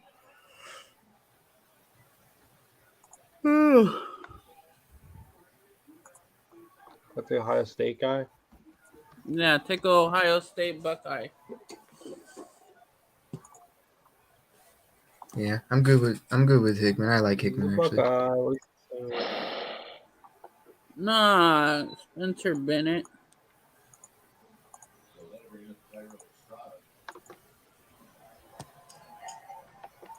All right.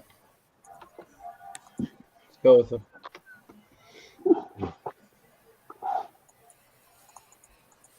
Yeah, I was gonna say the same thing because I like Ward, so I agree. I think all of them, there are multiple safeties there that would get picked.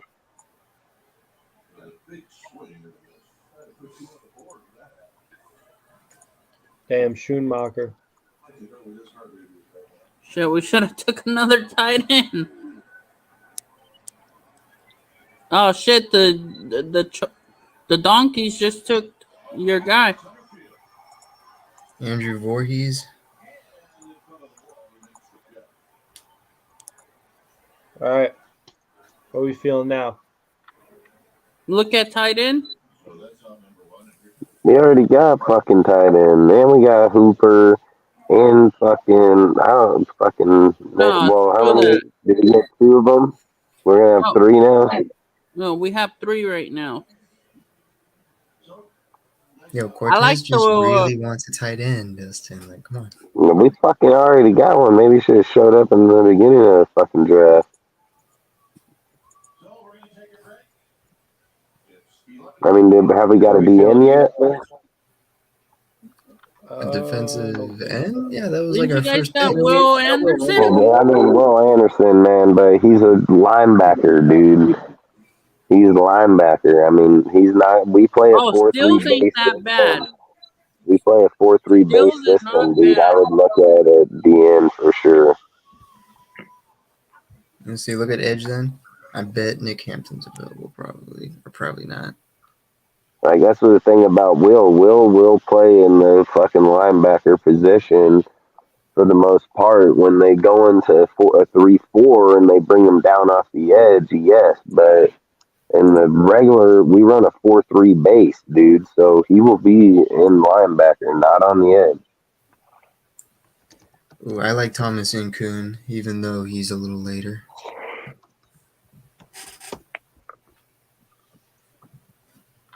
They still have a few right there. Who are you talking about? They got Who? this is crazy. Habakkuk Baldonado and Yaya Diaby. I like fucking how do you say it? Ali Gay? Ali Gay? Oh, Ali Gay. Yeah, Ali Gay.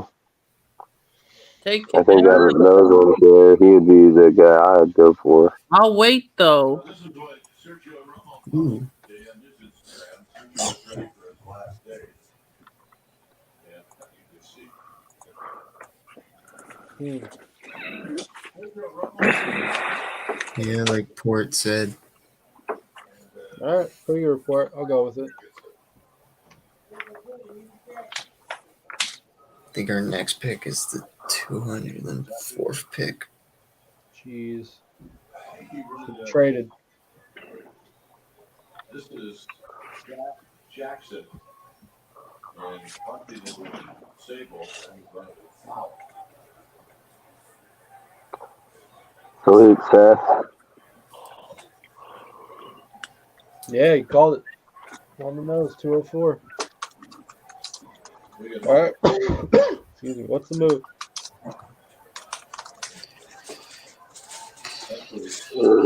I mean, do you get a guard yet? What offensive guard? This might be a good time to get an offensive lineman. And the first baseman, no, Ooh, Anthony Bradford. I like Anthony Bradford. Like Anthony Bradford?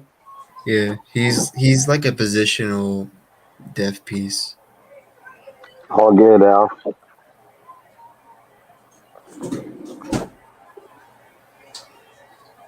So Jackson to Blake Who are we Sable going with? going two. And this is right back to Jackson. Hey, whoever listening to the baseball game, please mute your mic. This is lobbed it to Allen. Bobby Cortez, he's always, this motherfucker always. Yeah, my pick's Hey, gonna be this motherfucker, he'll be like, oh, in the show, oh, hold on, let me go watch TV for fucking a minute. So what are we choosing? I mean, I'm choosing Bradford. What happened? If you're gonna like watch sports or something, could you please like mute your mic because we hear Yeah. it and then it's trouble. All right, thank you. He was the guy that really. Ooh, what is this guy? Yeah. Punt returner. Should we go for special teams? Why not? Well, they're only allowing us to do kickers and punters. Oh, that's boring. I guess we don't need that. No, we never need that. When do we ever need that? Yeah. Let's see. We're gonna need a kicker return or punt returner if we don't fucking pick up Carter. Well, they don't let you draft it here. They only let you draft kickers. Trey Tucker, wide receiver, no offense, wide receiver.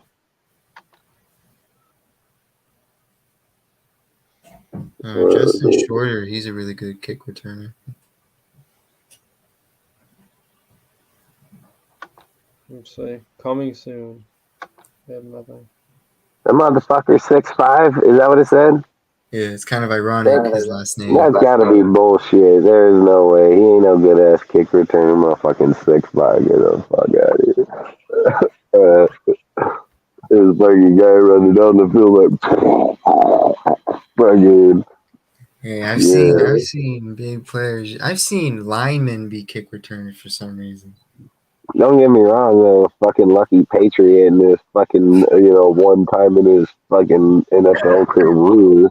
The Bears do it sometimes. He is 5'9", 170. He's 6'4", 215. Add weight. Yeah, 170. You better add weight. He's gonna get fucking murdered. 577 yards last year. At this pick, you can flip a fucking coin and pick. I mean, is this the last pick in the draft? Nah, this is our second. No, No, it's the sixth I think round. we're still in the 6th round. Let's go short. You want to go short? We could. I mean, we again? could probably take him later. I mean, personally, I would take Bradford because we haven't taken an offensive lineman yet. That's what I'd go for guard or tackle. I mean, I'd go somebody ranked up fucking better than where we're.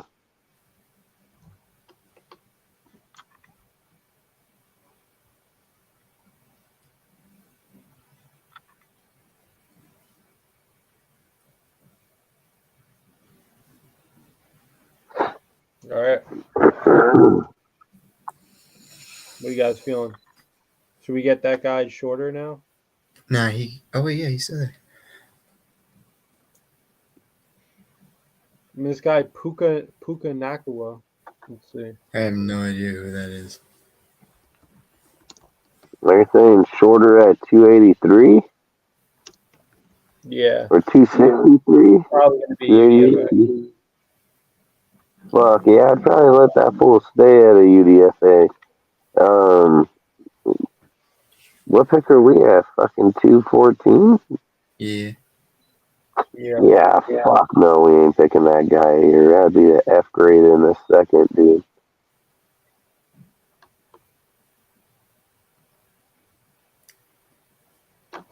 I mean, Five fuck it. Five This touchdowns one. last year. That'd be Who? Who that five? sorry about that. Puka Nakua. Or how do you pronounce it? Nakua. Up here up to the top. He would make more sense at 208. He'd make way more sense. All right, you guys want to do that? Yeah, he would make way more sense. I mean, shorter fucking would make shorter would make 0 sense. Oh yeah, I do agree with. Port. Try look at running backs. Oh, that's right. We totally forgot about running backs. That's probably. Dang, Hunter's not there. Josh Chris Jacobs Rodriguez is though, there. he's pretty good. Chris Rodriguez. Yeah. We wouldn't take any of those backs right there. Every one of those backs would go to the undrafted free agency.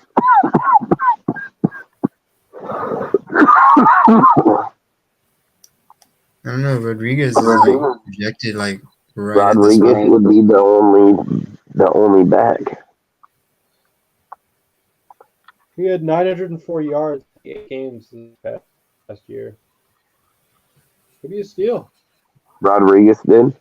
Yeah, he was pretty consistent with Kentucky. Yeah.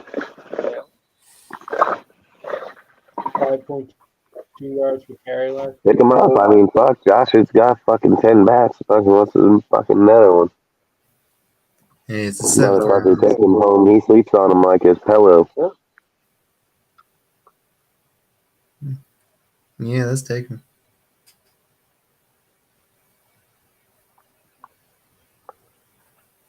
Come on, Rodriguez. Come to the Raiders. Hold on, sorry, my. There we go.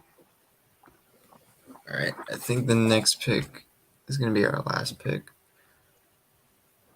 It's gonna be a fucking. Josh and them got a lot of fucking picks to pick, dude. I mean, Bro, I don't even think he gave us if all the this is picks. how difficult it is to think about this many picks, geez, I don't want This to ain't see even like, real life, dude. Like, this ain't even real life. You're not on the board for, fucking millions of dollars, dude. Like, this ain't even real life. This is no, fake. just imagine what Ziegler's probably gonna go through. That's what I'm saying, dude. Like, you're on the And I'm just board doing for this for fucking fun. millions. I'm not even trying to And think. your future. And your future. The developmental, the scouting, going and talking to these players, fucking watching them play, watching them grow. Like, there's a lot that goes into this shit, man. So, yeah, it's a big deal on this fucking. What, we're almost a month away, huh? What's today's date? Fucking. We're, Yeah, we're a we're month about away. less than a month away. We're no, it's the 27th. The 27th is when it is. Starts next month. How funny would it be if Stetson Bennett was available right now? He probably should be. Because, like I said, I think he could be undrafted. Check QB. A lot of teams don't need. A lot of teams don't need quarterbacks. And if they go with backup quarterbacks, what's it matter if they make it to UDFA or 6th or 7th round? You know what I mean? Like, I think in the beginning is more need. Like, that's why I think in this pick, in this draft, we should have went with Will and then like cornerback. You know what I mean? Because we would have got a better graded cornerback in the 2nd round. I guess Malik Cunningham wouldn't be bad if we're going quarterback. Yeah, I don't mind. Feeling that? Yeah, we'll, I mean, I guess we'll if we're go with going to Cunningham. get Jake Hainer, right? Oh god, not another Fresno State QB. Come on, he's the successor. Oh my god. Is he there? Devontae would love him. Is he there? I don't Yeah, see he's there. him. Oh, yeah, I see him up there. Who are you thinking of? Jake Hainer. No, but is that the guy, the pick you want here? I mean, he's already. I would mean, pick it and let him compete. Who did we pick? Who is the other quarterback we picked? We didn't pick a quarterback. Oh, we did. I thought we picked DSR. Did we? I thought we grabbed him in the 5th round. Yeah, we did pick DTR. DTR, my bad. Wait, scroll up the chat. Yeah, Scroll I up was to fucking. I would take Jake here and let him compete, bro. That'd be fucking. Fuck it. What's the matter? Fucking dude, we don't have any quarterbacks. That's actually be 2 good quarterbacks. So let them fucking fight it out. They say that Jake has all the potential, like Bryce. They just say he has the same issue about his weight and his size. Alright, who's gonna be the Jesus, why does the 49ers have that many back-to-back picks? Because they probably made a trade. All right. Full results. Okay, there we go. It's us. We got Will Anderson. These fucking bitches, what? They don't give us our fucking, like, they can't just put our pick? Fucking dude. Fucking. Crap. I don't know. They're like, yeah, scroll down and look at every fucking. Yeah, my bad. I think, well, because it was showing all of our picks, and then I hit full. Nah, it don't matter. It don't matter. And deselected. Trent Simpson.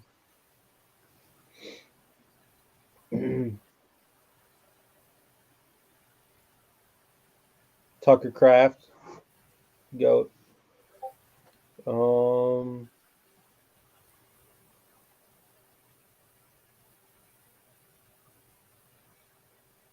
Darius Rush. Darius Rush. Is there a way we can do just can we just do a mock draft where they do it? The computer mocks our team? Yeah, you can do that. Okay. I think. Just do one. So look, go to start this over. Go to it and just let the computer, all 7 rounds, every pick, let them pick our pick. Except have it go fast. Wait, but have it go fast. Fast? Yeah, I don't give a fuck. Normal, fast, you give a shit. Because then we're gonna be like sitting here forever. We got Levis. Oh my god. Let's just see where they pick us. Should have went normal because then we can see if they didn't trade you. Taiwan Jones. I don't know why we drafted a left tackle. Because you could always switch fucking Colton to the right if you were going to do it. I don't think I would do it, but you know what I mean. Like he could. Keenan Benton.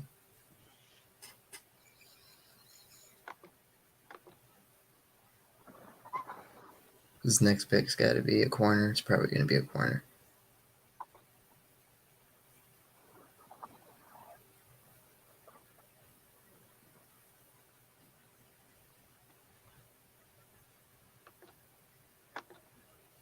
Tyler Scott.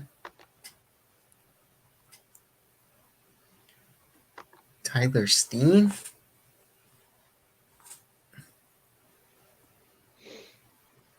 Servocha Dennis. Dude, they get some wild names. Jair Brown. I love DeMarvion Overshawn. That's a great name. How about bringing... Oh, Ronnie Hickman. Okay. Jamie Robinson.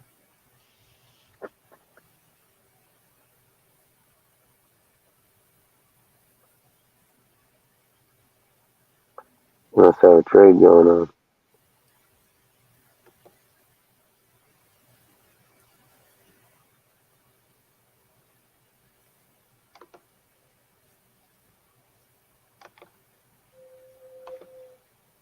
Sean Tucker.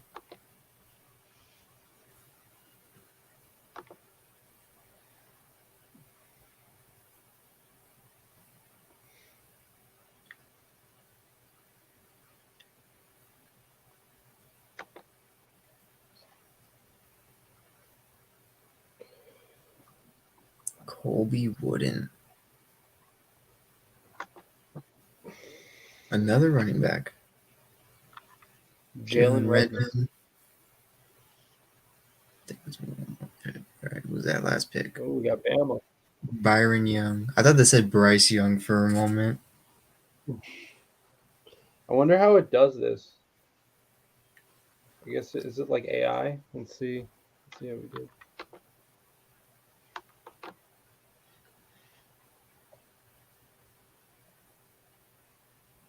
Got the GOAT, Will Levis. Got the fucking mayonnaise in his coffee guy. DeJuan Jones. Okay, that's not bad actually.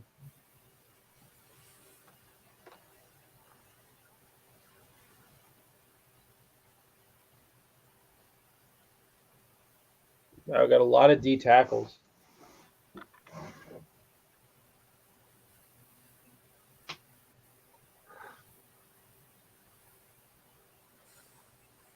Tyler Scott. Interesting.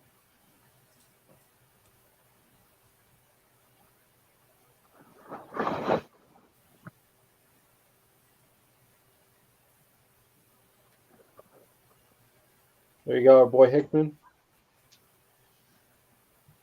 I think this thing. I think the Sammy freaking Robinson. computer drafted 2 running backs. Yeah, I think we did a better job than the computer.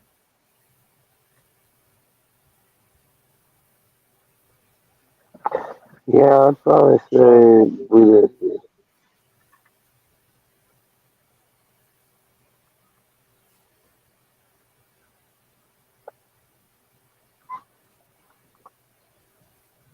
Colby Wooden, another D tackle. Deneric Price. I'm I sorry, mean, Joe. fucking dick on fucking five Is D that even tackles. Jalen Redmond? Dude, these are this might be the craziest name draft of all time.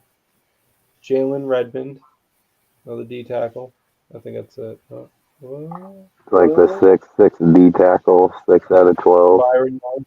I swear to God, Well, all I saw was Young in Alabama, and I was like, "How the heck did we get Bryce Young in the 7th round?" In the 7th round.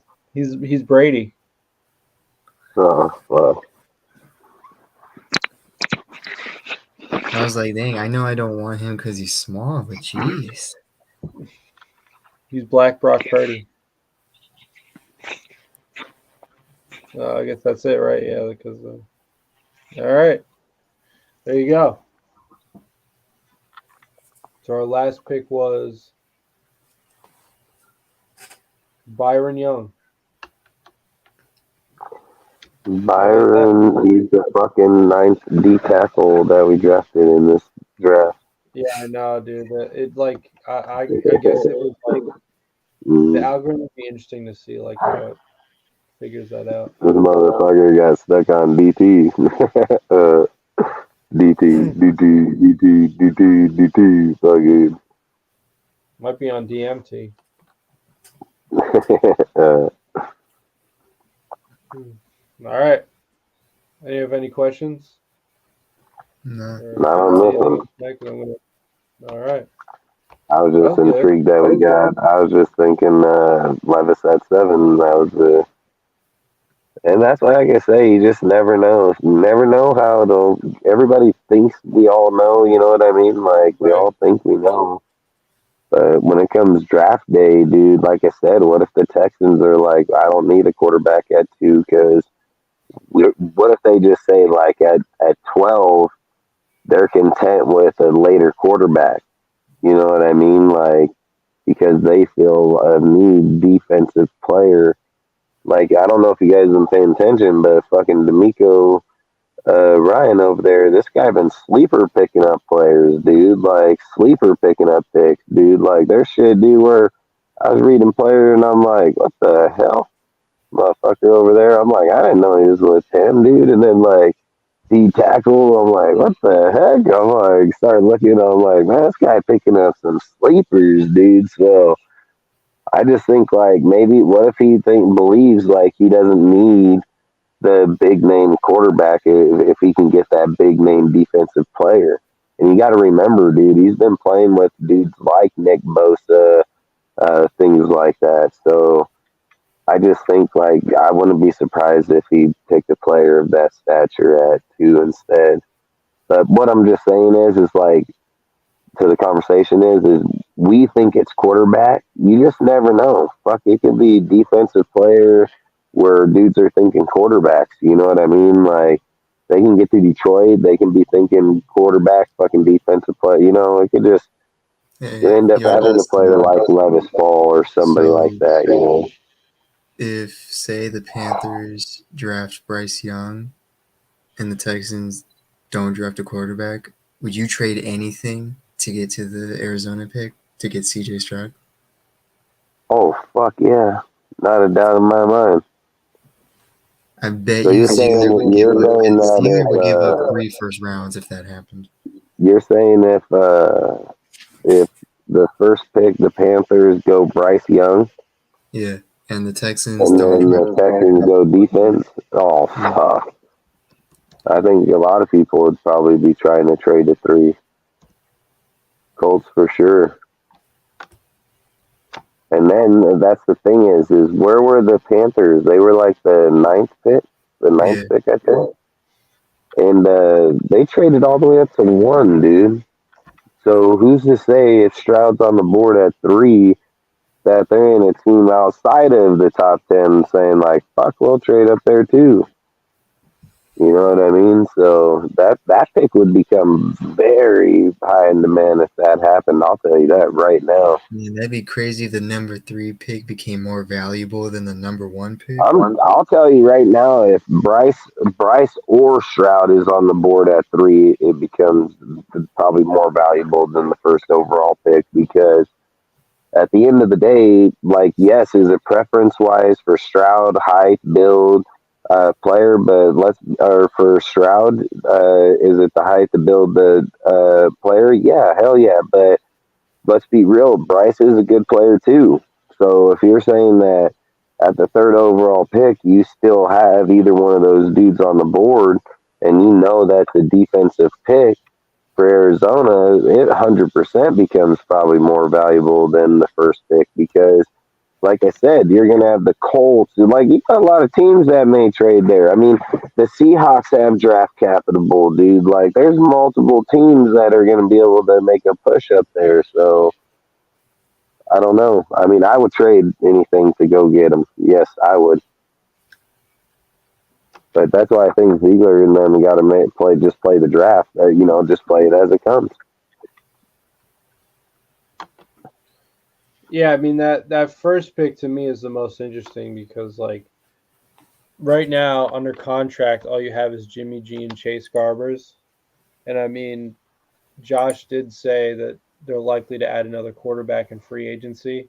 Apparently, it's rumored to be Brian Hoyer, because Well, there's McDaniels was talking about how they want to have the backup QB be a Patriot, right.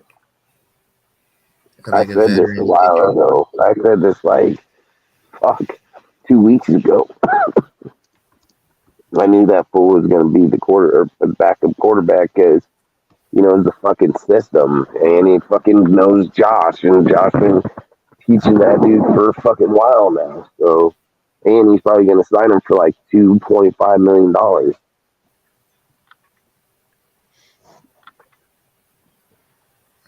Yeah, And I I mean, think, wasn't my it bad, rumors that Hoyer was going to retire though?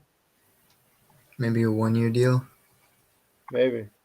Here, I let's mean, see. fucking Hoyer in Boston or Hoyer in Vegas. I'm pretty sure you can buy a year. Let's see. Yeah, well, they definitely. And even if not, dude, I mean, to be honest, I don't even know if we'd really want that. If we're being real, I mean, I think we would just want Josh to draft a quarterback and see where Garbers is at, because I think if you're looking at, so let's just look at worst case scenario is that say you do draft a quarterback in this draft, you still want a quarterback that's a good backup. Like you still want somebody when Jimmy's gone that's backing up your starting quarterback. So like there's nothing wrong with like Garbers. To me, all I'm saying is like I would say go get another quarterback so that way you can have somebody that's backing him up when he does start. So, and the reality, like you said, Hoyer's going to be fucking retired. Fucking Jimmy's going to be here, gone in the next few years, depending on how well he plays. Garbers already knows the system. He played in it a whole year. This will be his second year here. Jimmy's going to be here the whole year in reality. So if we draft one, like that's probably how I would stay. Is but you still you can put one on the practice squad. So I'd draft another one. I'd put another motherfucker over there that's young and let him learn. Yeah, I just found this recording. What basically what I was gonna say is I would rather take my chance with a young player not knowing who the fuck he is than a dude that's about to quit football. You know what I mean? Like I don't even know who the fucking guy is. Maybe he can be somebody, you know, but we already know who the fuck Hoyer is. Like this fool, just like you said, I might not even play football. So I would just rather say like the way that we're building right now, the way that we're already there, like Garbers isn't a bad player, got a great arm, good pocket. Like, I'm just saying, like, if you're not picking quarterbacks that are young, you're never going to know if you have a Tom Brady or a fucking Purdy or things like that, because those dudes were picked at the very end of the very end, you know, the draft. So that's all I'm trying to say is like, I feel like we've limited ourselves in the past for positions like that. And we already have been talking about, like, Jimmy's injury prone, right? Like, has everybody been talking about that already? Like, that's almost everybody's number one conversation when they talk about him. So it's like, oh, is he going to make it to week 2? Is he going to make it week 5? You know, like shit like that. So all I'm saying is like, I'd rather have more younger quarterbacks on the roster where I have better chance to maybe hit on one of these dudes than fucking, because look, let's say that you put 3 dudes on the roster quarterback wise, right? Let's say that you get fucking just Hoyer, you already know what you have. You're not getting shit. You'll make it out the year. You'll be in the same situation the following year, right? But let's just say this. Let's say that you have Jimmy, and then you have 3 quarterbacks that are on there young. All dudes that are drafted, UDFA, however you want to say that you got to those 3. But you have Garbers. He's already been in the system a year, so he's already familiar. Then you go get 2 other dudes Now it can be somebody that's high, number one pick, like in the seventh pick in the first round, or it can be somebody, the two dudes later on in the round. But all I'm saying is like if you get into the middle of the year and you go down with Jimmy, I think you have a better chance on hitting out of one of the three younger players than an older dude that's not there. And then let's just say you hit on one of those three players, and let's say that even the guy we weren't even thinking of, let's just say the dude we weren't thinking of fucking takes off, becomes a badass player. Then we're not sitting over here saying, oh, we need Williams next year. You know what I'm saying? Like, I just think having younger options with multiple of them give you a better chance to hit on somebody sooner or later if that's the case, And I'm just saying, if you already know like Jimmy's going down, I'd rather know I got two or three younger dudes than an old fucker sitting there. So Yeah, I mean, according to a source, Hoyer wants to play in 2023 and doesn't plan on retiring just yet. So, if we believe that to be true, I mean, in theory, Hoyer's in play. And so, in that case, I guess it would just be another Jared Stidham type situation where you just have a guy who, like you said, Sergio, probably like a 1-year deal. Just knows the system, can be, employed at or can be deployed at any time, I guess you'd say. Because, he is familiar with the way in which Josh McDaniels, I guess, wants to run, his offense schematically. And I guess has a kind of the brand of leadership that McDaniels wants. So I guess that's in play. But yeah, I mean that's where, like I said, the first pick of the draft is really what's critical here, because we've all been thinking in terms of a defensive player, and as we said, there is an argument for that, because there's so many options if you just stay at 7 for defensive players, and we know there's a lot of holes on the defense, so that needs to be cleared up. That needs to be cleaned up.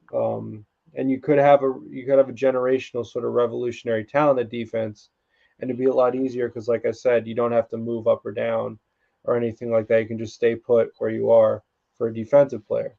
But for a quarterback, if in the very least that you're going to spend your first round pick or the first pick that you do end up having on that, then you're going to have to do a little bit of thinking, or you're going to have to get lucky. Like we got lucky in that mock draft just now with, Will Levis falling to us. So, because and I think that's how they'll look at it if they don't go to 3, like 3. I think that's exactly how they're gonna look at it. If quarterback falls to them, it falls. If it don't, fucking go defense. You know what I mean? Like, I think that's just how they're gonna look at it. And again, I think trading to 3 is gonna determine on 2.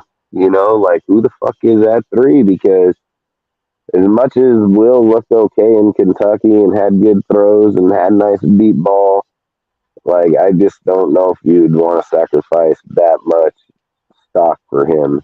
Like Bryce, like yeah, I've said, even though he's small, like you might get a fucking generational talented player. I mean, at the end of the day, he is a really good fucking player. So outside of his height, this dude has every tangible skill there is at that position. So he's very fucking. All right, Sergio, have a great night, man. Thanks for joining. Salute. But whenever you go to get off, Jeff, just end the show, anyways. But either way, I just think that's all I would say is what I was saying. Yeah, I mean, it's obviously the value of trading up to 3. And once again, I will say that, excuse me, as I've said before in the past, the risk there with trading up is you don't want to give up too much. And I guess that's why they didn't want to trade up to number 1 with the Bears, because, like I said, the entire NFL world saw the Trey Lance situation unfold over the past couple of years, and especially this past year due to the injury, the injury question mark surrounding him now. It kind of begs the question, like, should you, even for a quarterback, even for a guy who could potentially be your franchise quarterback, is it worth breaking the bank just for one player? So having said that, even if the move up to 3, if the price is too high, then maybe you just want to stay where you're at. But And I think it's going to determine like I think you can have like two separate draft stocks there at 3 is like look at if Bryce is there and Levis is there. Like Bryce, you're paying more. Levis is there, you're probably not paying as much. You know what I mean? Like nobody's gonna go trading up as much as they would for Bryce. If Bryce is there at 3, like you're probably gonna be able to get a better return than you would if Levis is there at 3. You know what I mean? So I just think, like you said, I think like when it gets to that point in that pick, it's going to determine who's on the board, who wants him, who's looking. Because I think we would be players at 3 if Bryce was on the board. Like I really truly believe we would, and I think that they would probably trade 2 first-round picks to get up there. But is somebody willing to give up 3? That's what it's going to come down to. Somebody willing to give up 3 motherfuckers, just like you just said about the Trey Lance, the Niners. That was the Niners in the Minnesota, not Minnesota, fucking Miami Dolphins, man. 3 first-round picks, dude. And what was that? Fucking 7-9 or 9-3? 7-3. No, that was. I think it was like 12-3. 12-3. Yeah. Hold on. There we go. Or wait, no, this might be right before. Yeah, no, this is right before. I thought it was 9 for some reason.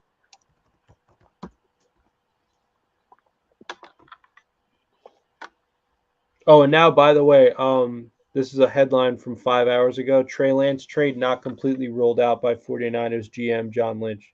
So now, after having spent all that to get Trey Lance, they might actually trade him. So you can totally see what? Go.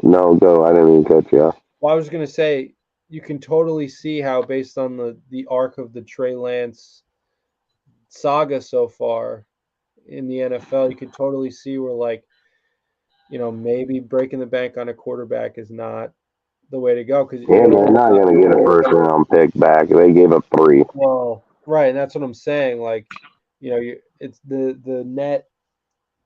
It's a net loss when you think about it to trade all that for a guy who played. What, he started like a game and a half, maybe. Yeah, and to say that Purdy, with the elbow surgery and everything, that Purdy is going to be the starting quarterback next year before any snaps have been taken, that's crazy. Like, that just says, like, they don't fucking have any faith in Trey Lance. Like, that just tells you right away, like, they'd rather roll with Purdy than Lance any day of the week. So, that's what I just think, like you just say, what did you see what spot they were? Did you see what spot they were in when they... I was trying to look for it. Because, I mean, you look at it, because even like you say, if they're in 12th and trade to 3 to go get Lance and gave up 3 first-round picks, and not even 3 years later, they're shipped this fucking guy off. That's crazy, dude. Like, and that's why I'm saying that you don't do that with Richardson. Like, you don't want to do that shit with Richardson, be dumbass motherfucker like that either. So, but I was shocked. I was like floored when the Niners traded up that much to get Lance. I studied that guy's film in college, and I guess they wanted to strike gold, like with Josh Allen, see if they could improve the guy. But I mean, number one, he's injured, and as you guys know, the best ability is availability. And number two, I just don't think he has that skill set to improve accuracy. And typically, quarterbacks, you really can't really improve accuracy. That's why I say Richardson's not going to be worth getting. Yeah, Richardson will be playing tight end, in a couple years. And that's why nobody just hopped right out and said, "Yeah, Lamar, let's give you fucking max contract." Yeah, I mean, I think Richardson's probably similar as like Trey Lance. I mean, exciting player, definitely, has all the measurables, did really well in the combine and all that shit, but I would not Yeah, I would not fight for Richardson. It's I don't know. Oh, by the way, I think like I said, I think the 49ers went from 12 to 3 because the 12th overall pick is Crazy. like it was crazy. It went from the Dolphins, I think, to the Eagles and then to the Cowboys, and the Cowboys ended up using it on Micah Parsons.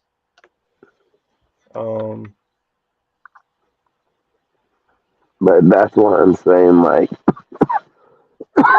you in this draft, the only way the Raiders traded 3 is if Bryce or CJ Stroud is on the board at 3. The only fucking way, dude. Like, it's the only way to even a talkable conversation to even begin with. Like, I don't think if Levis is on the board at 3, I think what you do is if Levis is on the board at 3, you just let it play out. Like, let it fucking play out and see if you can fucking get him to fall to you. Like, because I think if, like I said, if Bryce Young is on the board at 3, knowing the Colts are picking at 4,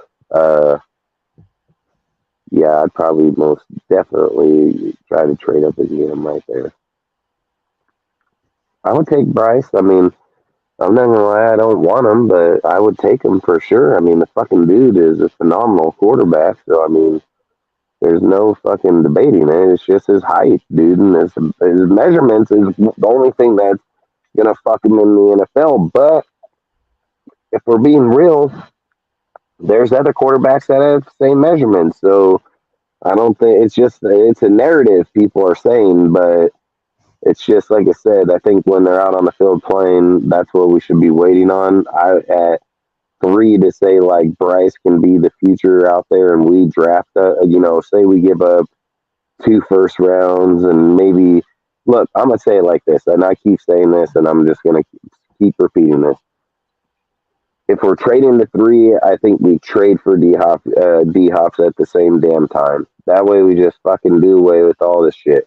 Get rid of fucking Hunter. Get rid of fucking Josh.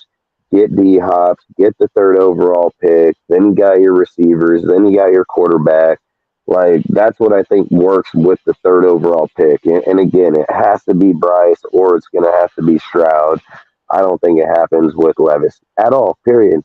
And again, if we're trading on that 3rd pick, why wouldn't you entertain D. Hopkins trade at that point? You're already right there. And if you could offset the Jacobs contract and Renfro contract, you got to have money to pay the draft players too. So you're going to have to get fucking money one way or another.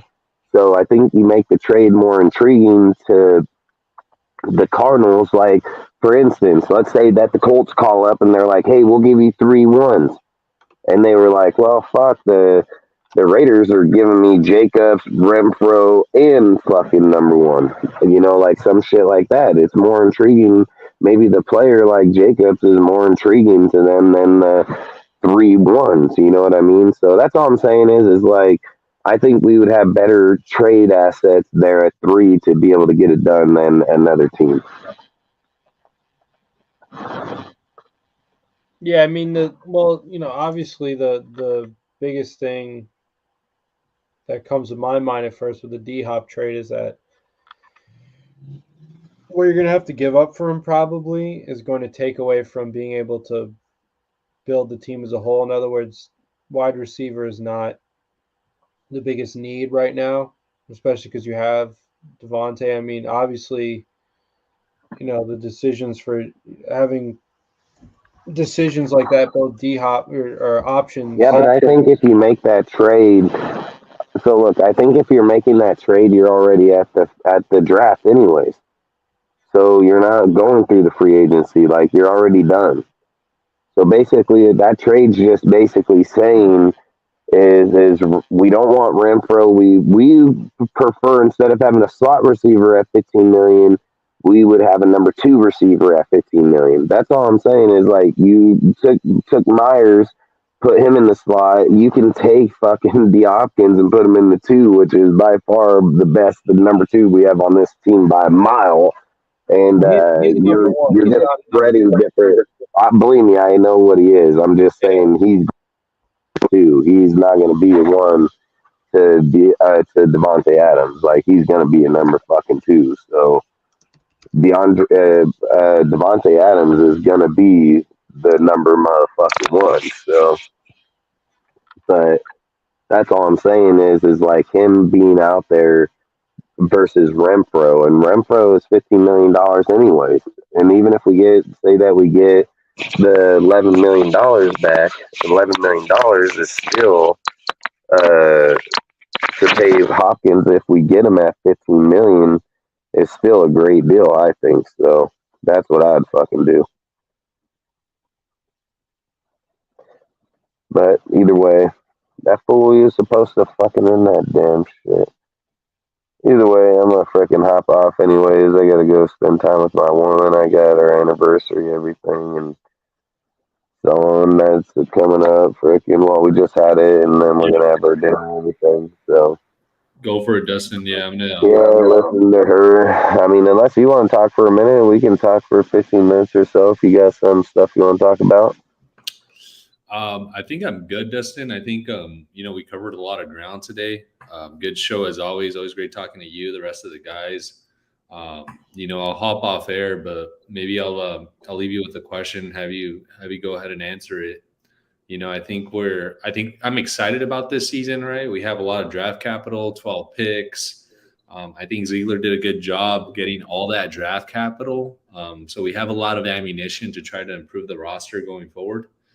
Obviously defense is the glaring hole on this roster.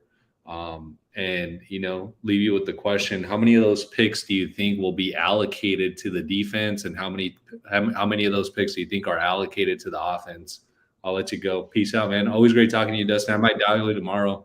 Give you a call. Hell yeah, man. Fuck, like I said, you're always more than welcome to call me anytime, and and appreciate you always coming on and being on the show. So appreciate you, man. So I'll answer that before I hop out of here. Is that, like I said, he's going to have 12 picks. So we're tied with the Texans. We're tied with the Texans with the most picks in the draft this year. So we have 12 picks.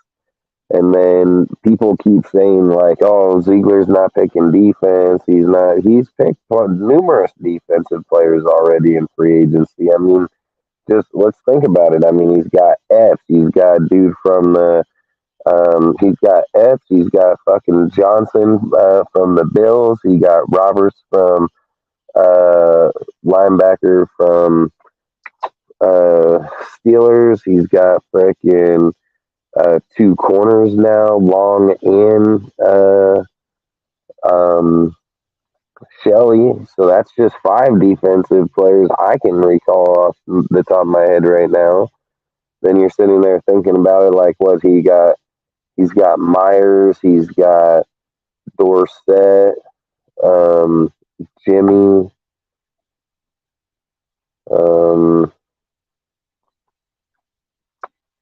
Fuck, I can't even think of anybody offensively outside of those 3 that he's picked up outside of that. Oh, well, I mean, okay, so 2 tight ends. So he's gotten freaking Howard and Hooper. So, I mean, 5 and 5, it's 10 and 10. And then Jenkins, too. Yeah, you're right. So, I mean, like I said, they've already got 11 players over there just off of what I could recall. So, I think they've got them 20, and then so let's go to the draft picks now. So we fast forward, we're at the draft pick.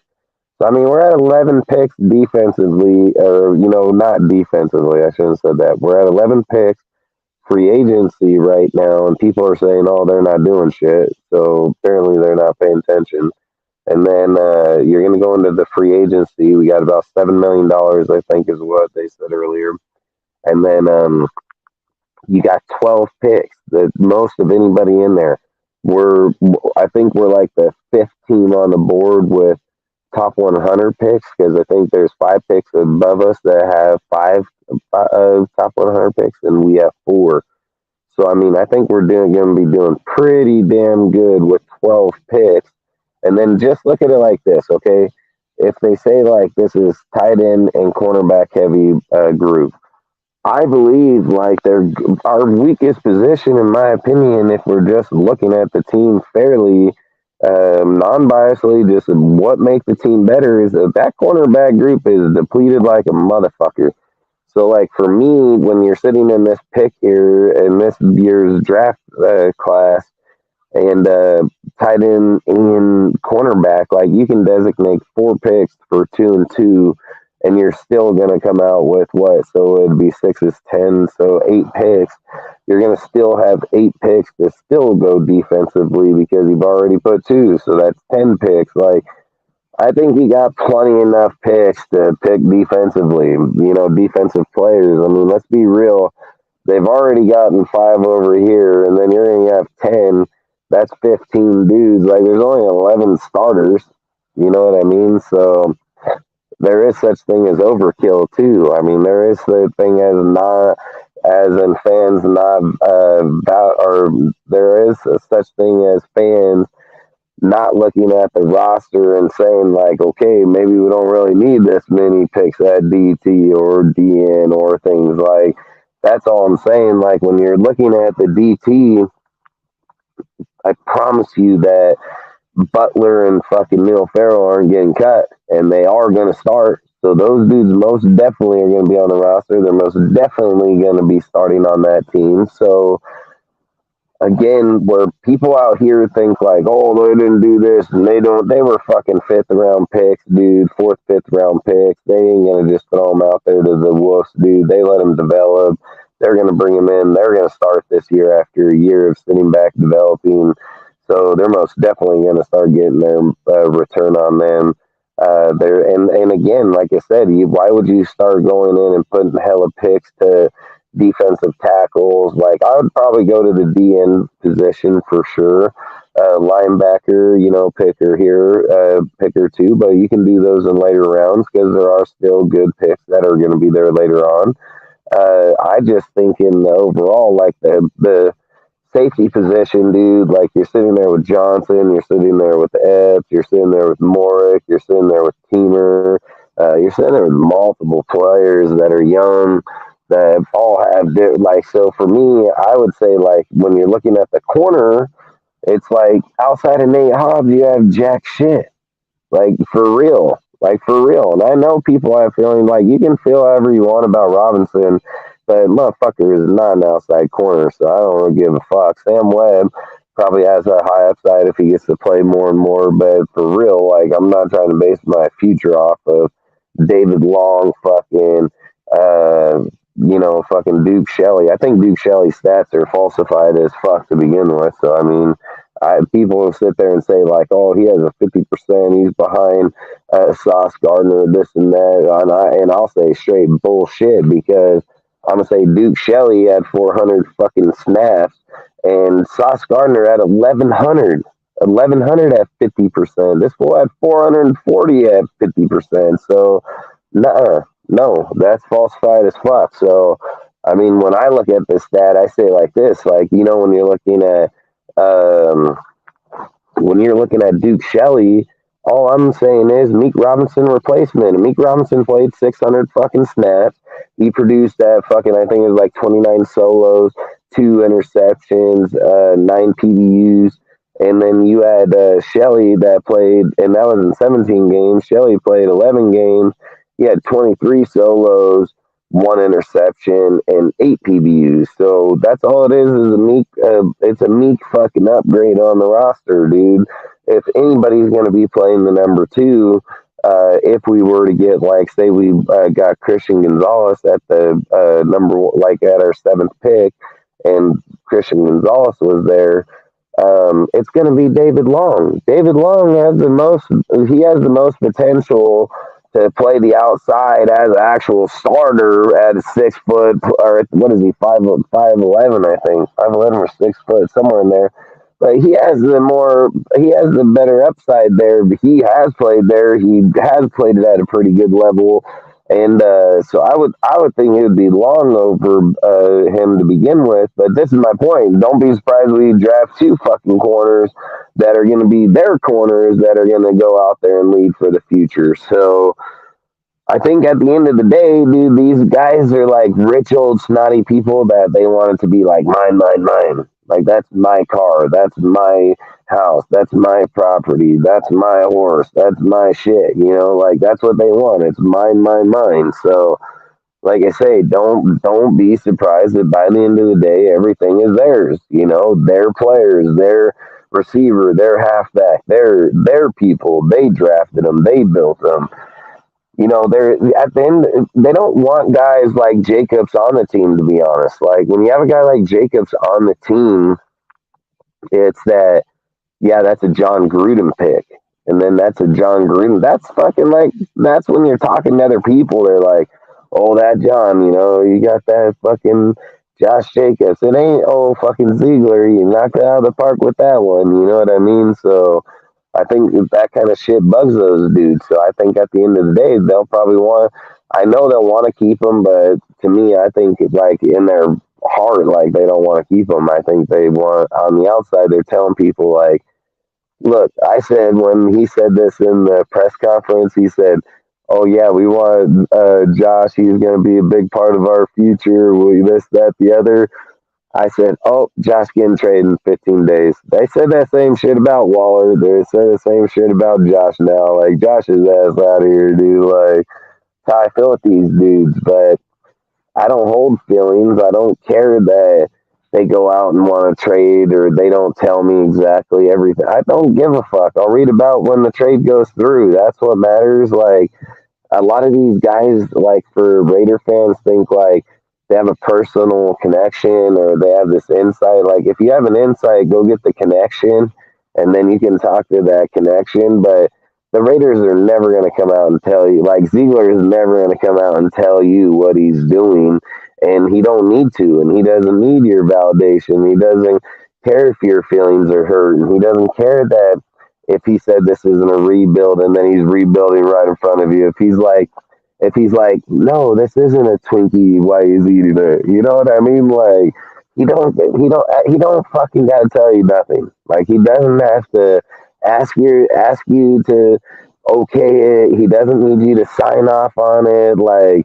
He doesn't need that. That's why I just said, like, he can just be eating a Twinkie and tell you he's not, you know, like, he does not need anybody's okay at the end of the day. What he needs is that when he goes into his office and he sits down at that table and he says, hey, in the next 2 years, 3, because he has 3 years left, he says, hey, at the end of these next 3 years, what gets me hired again? Like what keeps the Ziegler legacy going in Las Vegas, where my family, this high upside, this high, like Vegas is a very high sought after place. And I'm pretty sure Ziegler is not looking to walk out of here in 4 years to fail. Like there's no way on Ziegler's mind that he walks into that office and he's like, yeah, I'm going to go get these guys because I'm looking to fail in 4 years. No, fuck no. Ziegler goes into that office and sits down and he says, okay, if I take these peripheral players and they work out, because last year, you people are right. They did go after the Damon Arnett and fucking, did I just say Damon Arnett? Fucking, I think I just said that fucking,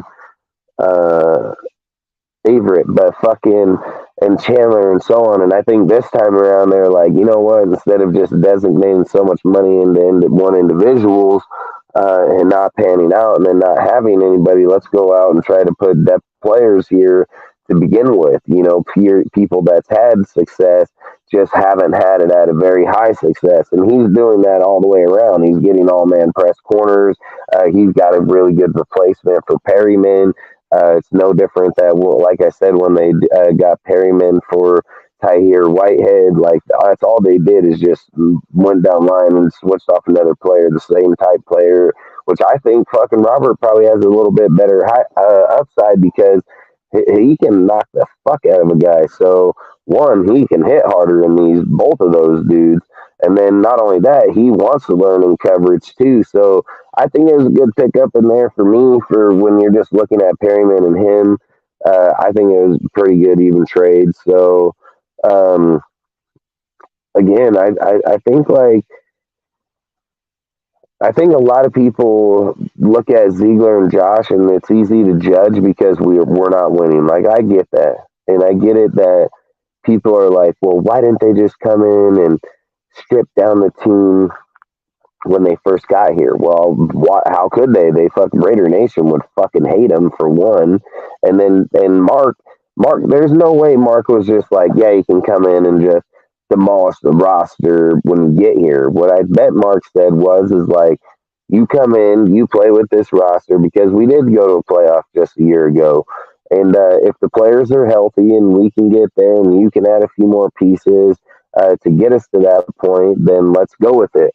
But at the same time, I guarantee you, Mark was like, okay, if we get to a certain point in the season and you feel like we're not going to be able to do, like, have this for year in and year out, then we can break it down and build it up the way you want. And I guarantee you, after that Chiefs game, I guarantee it was after that Chiefs game, dude. I've said this hell of times. Like, the Chiefs game was like where it showed, like, yes, were we there? Yes. But I think in their mind, they were like, nah, we weren't all the way there because we had a 17-point lead.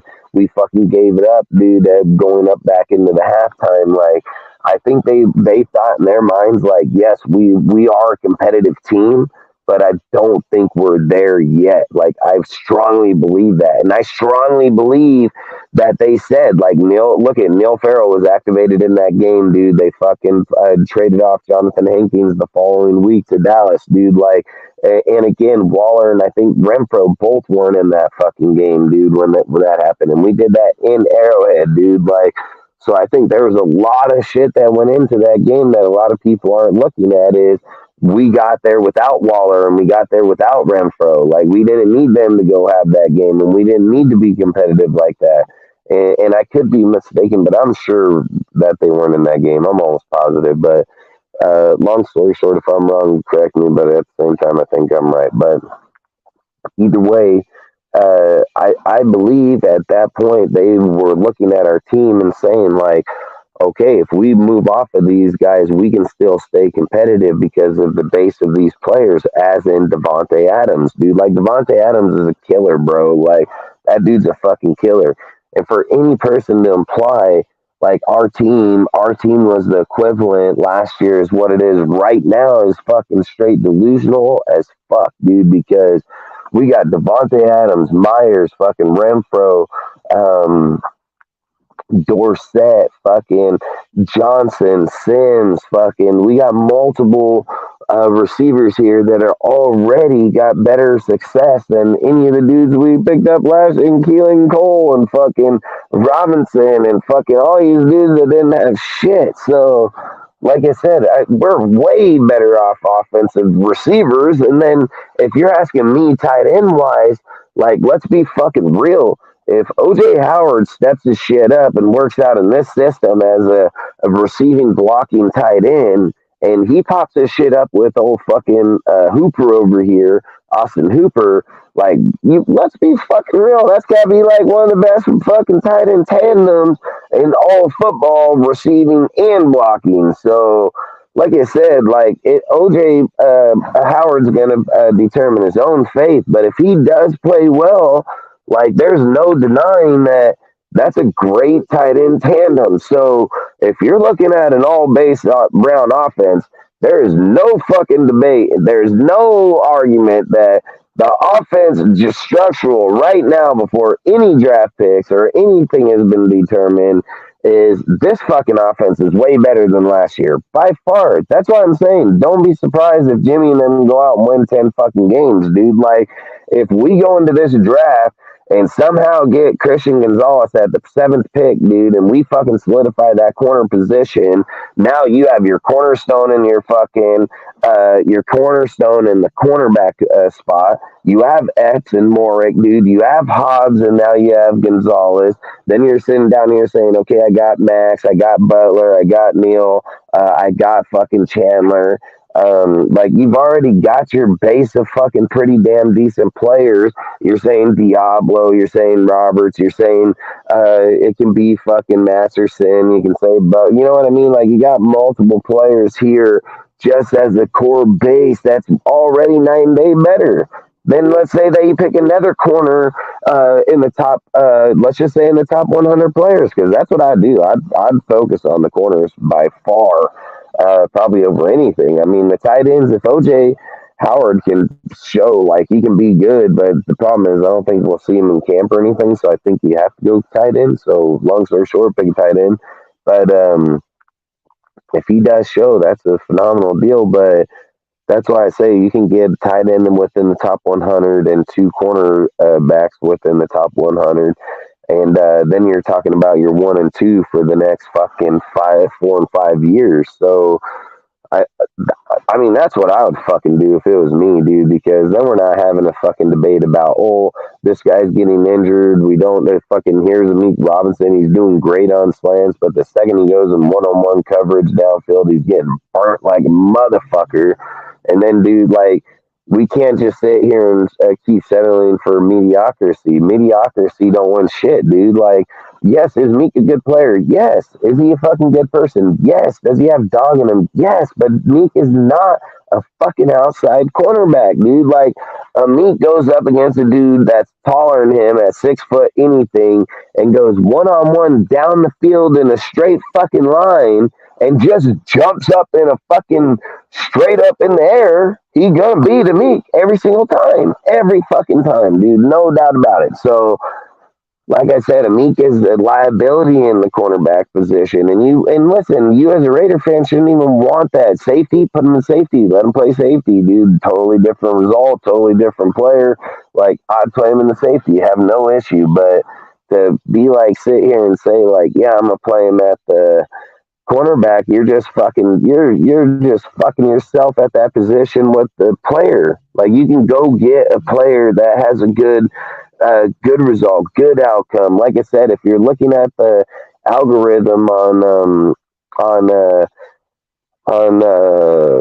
Duke fucking Shelley and then Meek Robinson, and you have the algorithm of both of those players, and they're looking at, okay, this is the 5th cornerback is Meek Robinson, and they're looking at Duke Shelley, and they're saying, okay, as the algorithm here, Duke Shelley is 3 times the player Meek Robinson is. That's an upgrade at the 5th player, so you'd make that trade, like you'd make that transition, but to sit there and tell yourself like you're going to start the year and go to the Super Bowl with him at year 2, that's just fucking crazy, dude. Like, that's crazy as hell. You want to do that 5'11", 6 foot, at least, dude, that's competitive out there, that's lanky, got a long arm span, that's fucking, you want a competitive fucking play. You want somebody that's going to be competitive, dude. Like, that's what you want. When people keep saying, like, oh, with these receiving cores, you just have, look, the Chiefs just fucking shown, man, you don't have to have phenomenal players. Like, Kadarius Toney for the Giants, dude, like, motherfuckers didn't even want him. He wasn't even playing. Dudes weren't even looking at him. Like, Juju was on his fucking downfall, dude. Like, wasn't even doing, like, you don't need all superstar players to go over here. They just got good players, put them together, and fucking went out and did it. Like, that's what I keep trying to tell fucking people. Like, you don't have to have superstar names at those positions. You just have to have good player talent at those positions that you can get that talent out of, dude. Like, I don't know. I think it's weird, like, how, look at all these guys that want to go over there to the Saints with Carr, right? Isn't it funny that every single Raider dude that's fucking from Foster to even Brian Edwards now fucking signing over there. Like, every fucking guy that gets a chance to go over there to the Saints that was a Raider, they all want to sign with Carr, dude. And I'm just like, man, that's just fucking crazy that all these dudes keep talking all that. But, again, I've said it wasn't about it. It was just about the money.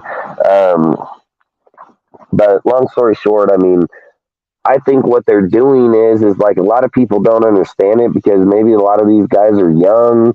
They haven't seen this shit before. Maybe they don't study football a lot. Maybe they haven't seen it a lot, dude. There's a lot of organizations that have taken lesser talent and won Super Bowls, like the Patriots. But for people to keep saying, like, well, we're waiting for the big splash signing and we're waiting for this. Look, dude, the Raiders have been doing this for obviously since the 60s, not longer. So, I mean, still, we've been doing this a long fucking time.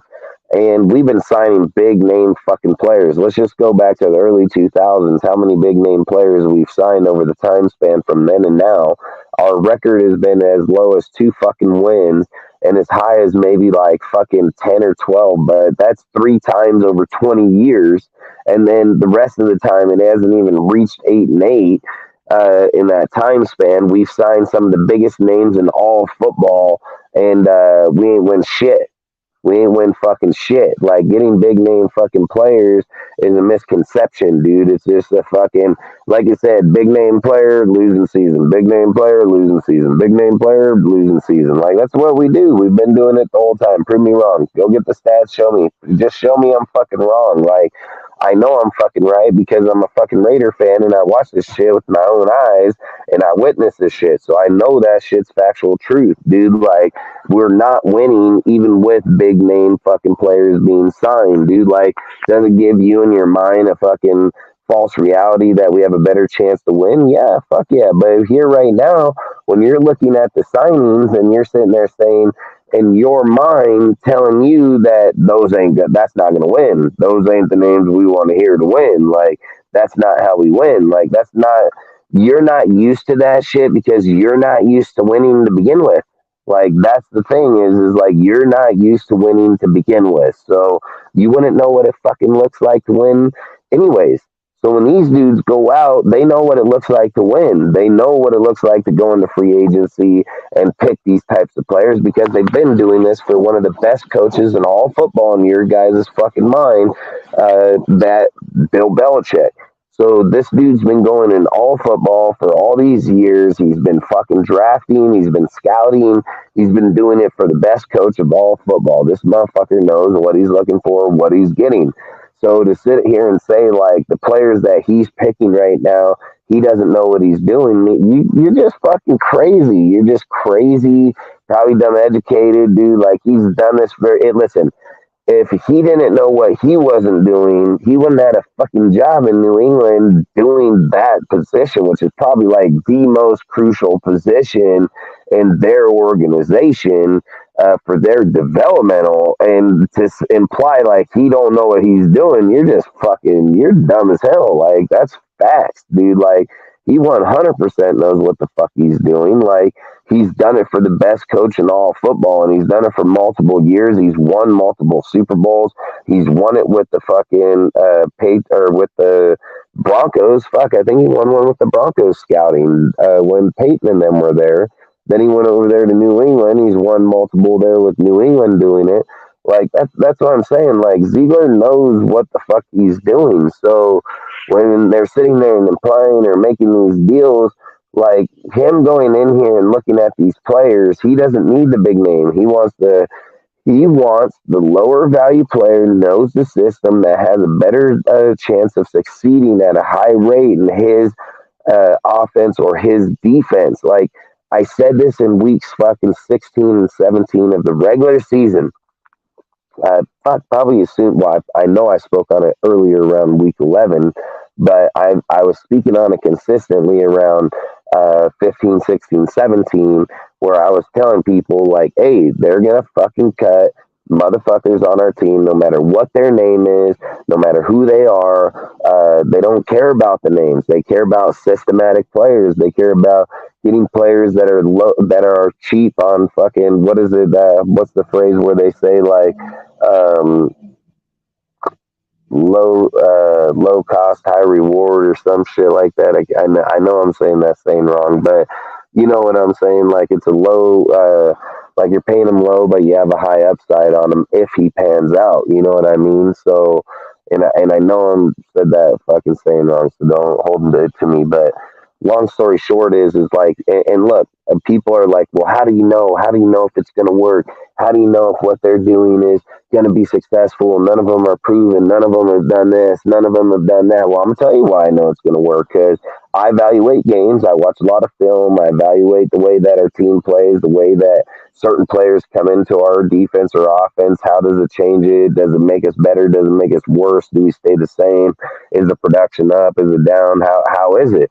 And I'll tell you exactly why. I said when Tyler Hall came to the team, I said that dude was noticeably good instantly. Instantly. I was like, man, that guy's fucking good player there. Then I was sitting there thinking, okay, man, we were struggling in the D tackle, having issues fucking getting pressure up there. We were just getting beat all over in there. And then bam, here comes the Tillery fucking deal right after the fucking trade deadline. And there were rumors that we were trying to trade Abrams for him at the trade deadline.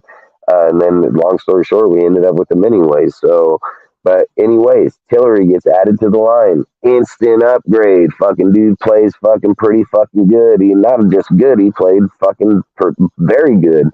So like then you're sitting there looking at that Langy dude or whatever that fucking guy's name is that was over there with the linebacker. That guy right there, dude, he fucking came in, only had maybe 1 or 2 practices. I think that was a short week. I think we played on like that Saturday, dude. And that guy fucking comes in because Butler ended up getting injured. And this guy plays at a very high level against the Niners, dude. So my point to the story is that when Ziegler and them scout, like, look at it like this. When you look at the production of their players, right? Deron Harmon, probably the best defensive player that we got through the whole entire time, played at a very high level. Their guy, they picked him up. They were the ones that brought him here. They knew he knew the system. They knew he was familiar with it. Then here goes the next thing. They go and take Yannick and they go get Yasin. Yasin is their guy. They picked him. They brought him here, and he produced at a very high level here, dude. He only allowed, I think, maybe 1 touchdown all season long.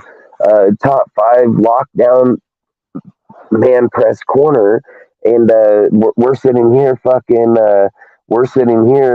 saying like, oh, I don't know if they know what they're doing. Like, they fucking know what they're doing, dude. Like, Ziegler knows what the fuck he's doing. Like, he doesn't need nobody's validation. He doesn't need nobody out here to sit and ask, oh, well, we don't know what he's doing. Well, good. He don't give a fuck. He didn't get there because he thought he didn't know what you were doing, dude. Like, he didn't get to his job because of what you thought of it, dude. Like, he got his job because he's very good at evaluating players. He's very good at fucking.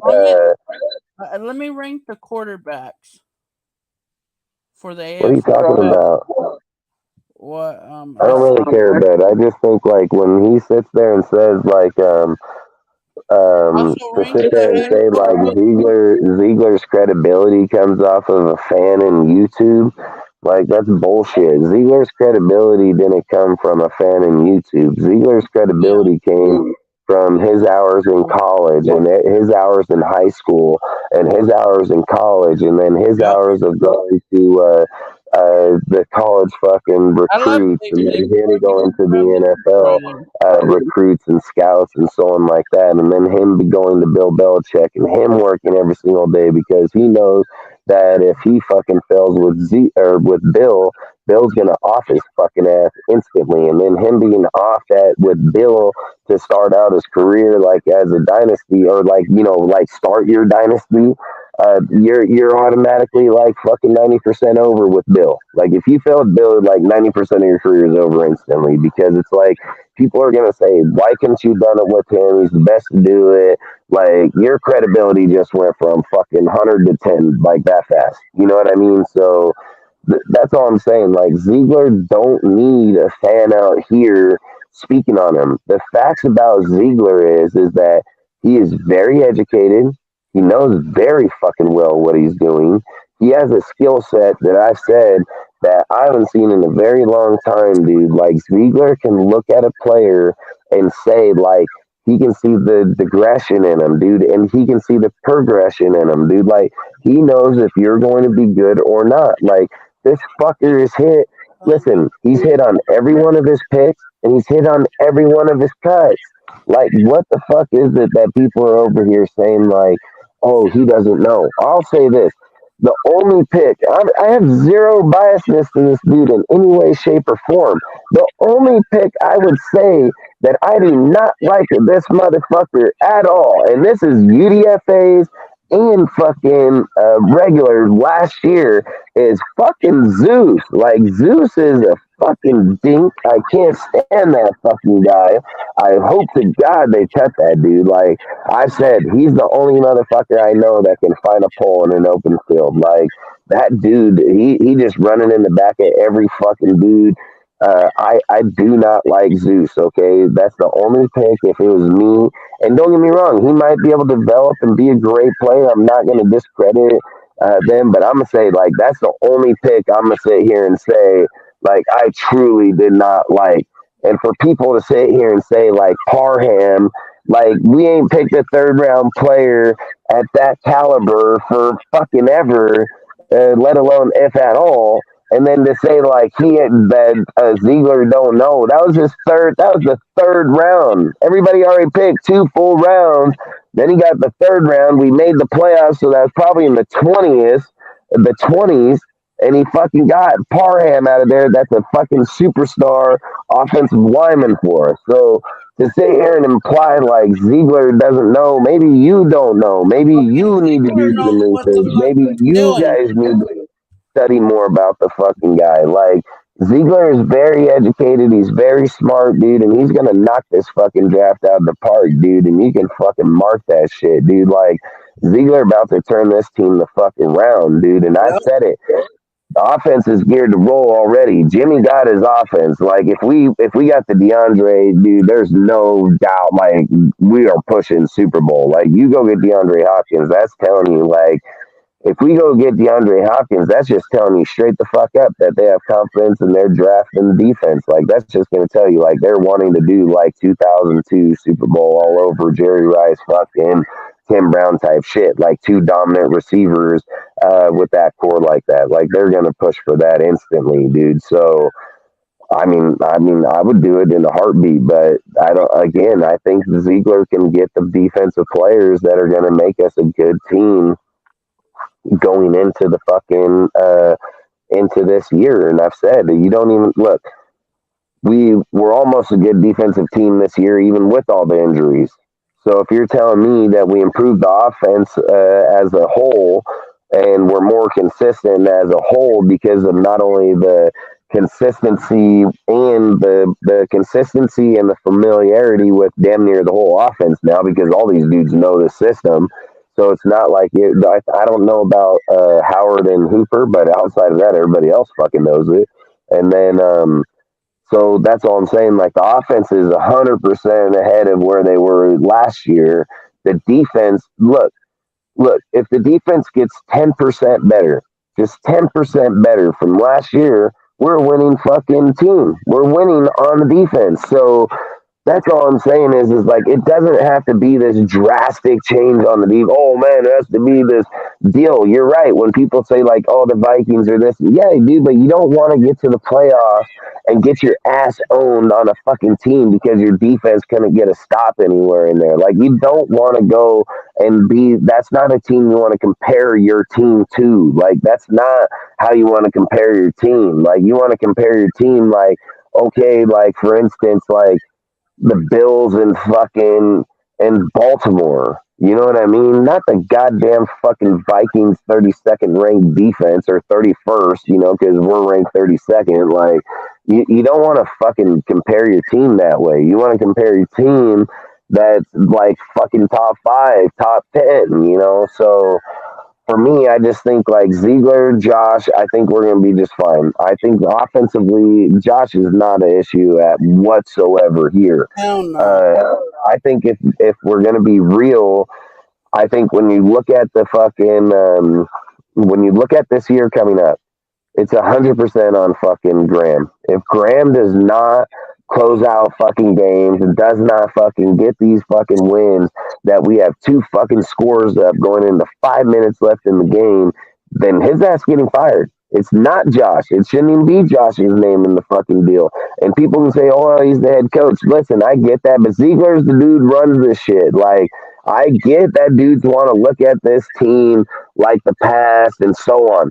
Ziegler and Josh are one fucking unit, dude. Like, Ziegler is the motherfucking face of that unit. He is the main brain of that motherfucker. It's Ziegler, then fucking Josh, then Graham, dude. And if Graham don't fit, Graham's ass got to go. Someone else gets up in that bitch, and then it goes this motherfucker, Josh, and then Ziegler. You know what I mean? Like, that's how that shit Ziggler's the goes, top of dude.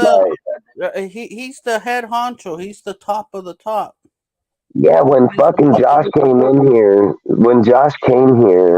they did not say, well, he's the best offensive coordinator in all of football, but we're not going to use him. Like, that's fucking stupid. Like, that's so dumb that people will say, well, he's the head coach. He's not. Nah, bitch, that fucking guy is one of the smartest dudes that ever even called offense. Hey, bro, And I'm just you going think to say he this ain't right even now. If call? he gets his quarterback in the later rounds and sits them for a minute and projects them, we'll be on the winning.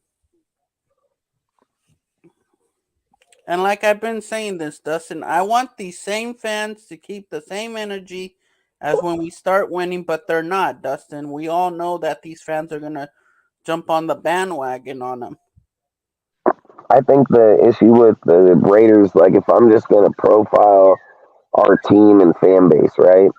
I'm going to say that Raider Nation's biggest issue is walking to an individual name and then not wanting to give up that name because they think that he brought value to the team at one time where our team has struggled for so long for value. And somebody would be more content with having a player of 1,000 yards than having 3 players of 350 yards apiece. Like, that's the kind of stuff I don't understand, because when you're sitting here saying that only one player has that type of numbers, but you can have 3 with even more yardage, you want to take it.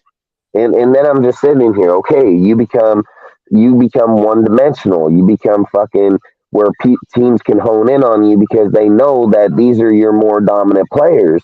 But now when you're sitting here, and this is the type of shit where I just think, like, this is why I'd beat your ass in Madden all day long, bro, because too many people in Madden play it like, oh, I got Devontae, I'm going to throw to him every fucking time. And then I'm going to be like, yeah, I'm going to pick your ass, bitch, and go to the house every time because you stupid ass motherfucker.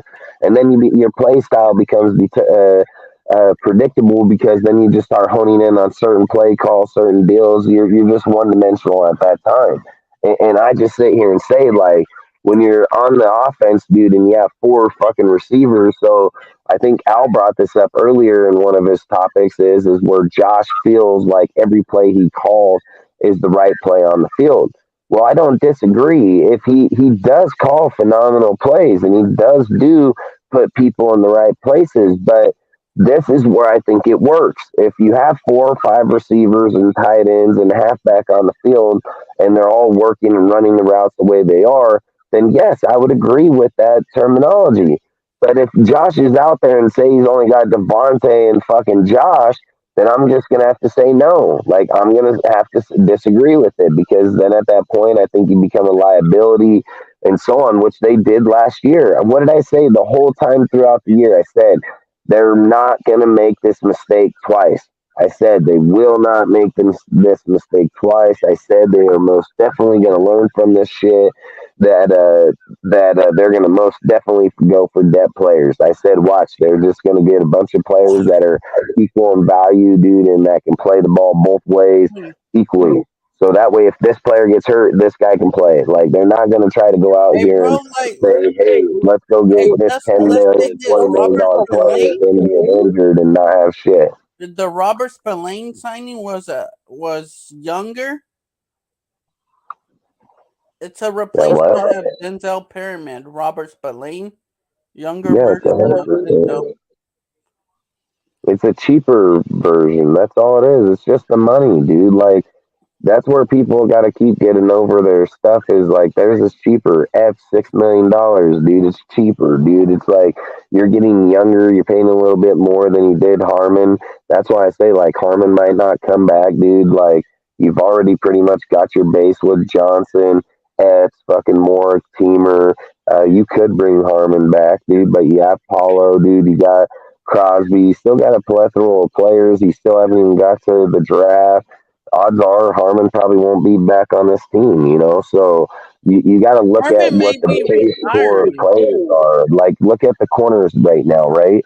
If you're looking at the corners, unless something changes with fucking Duke Shelley, he's going to probably make the roster. He started on the team last year. He fucking played at a pretty high level.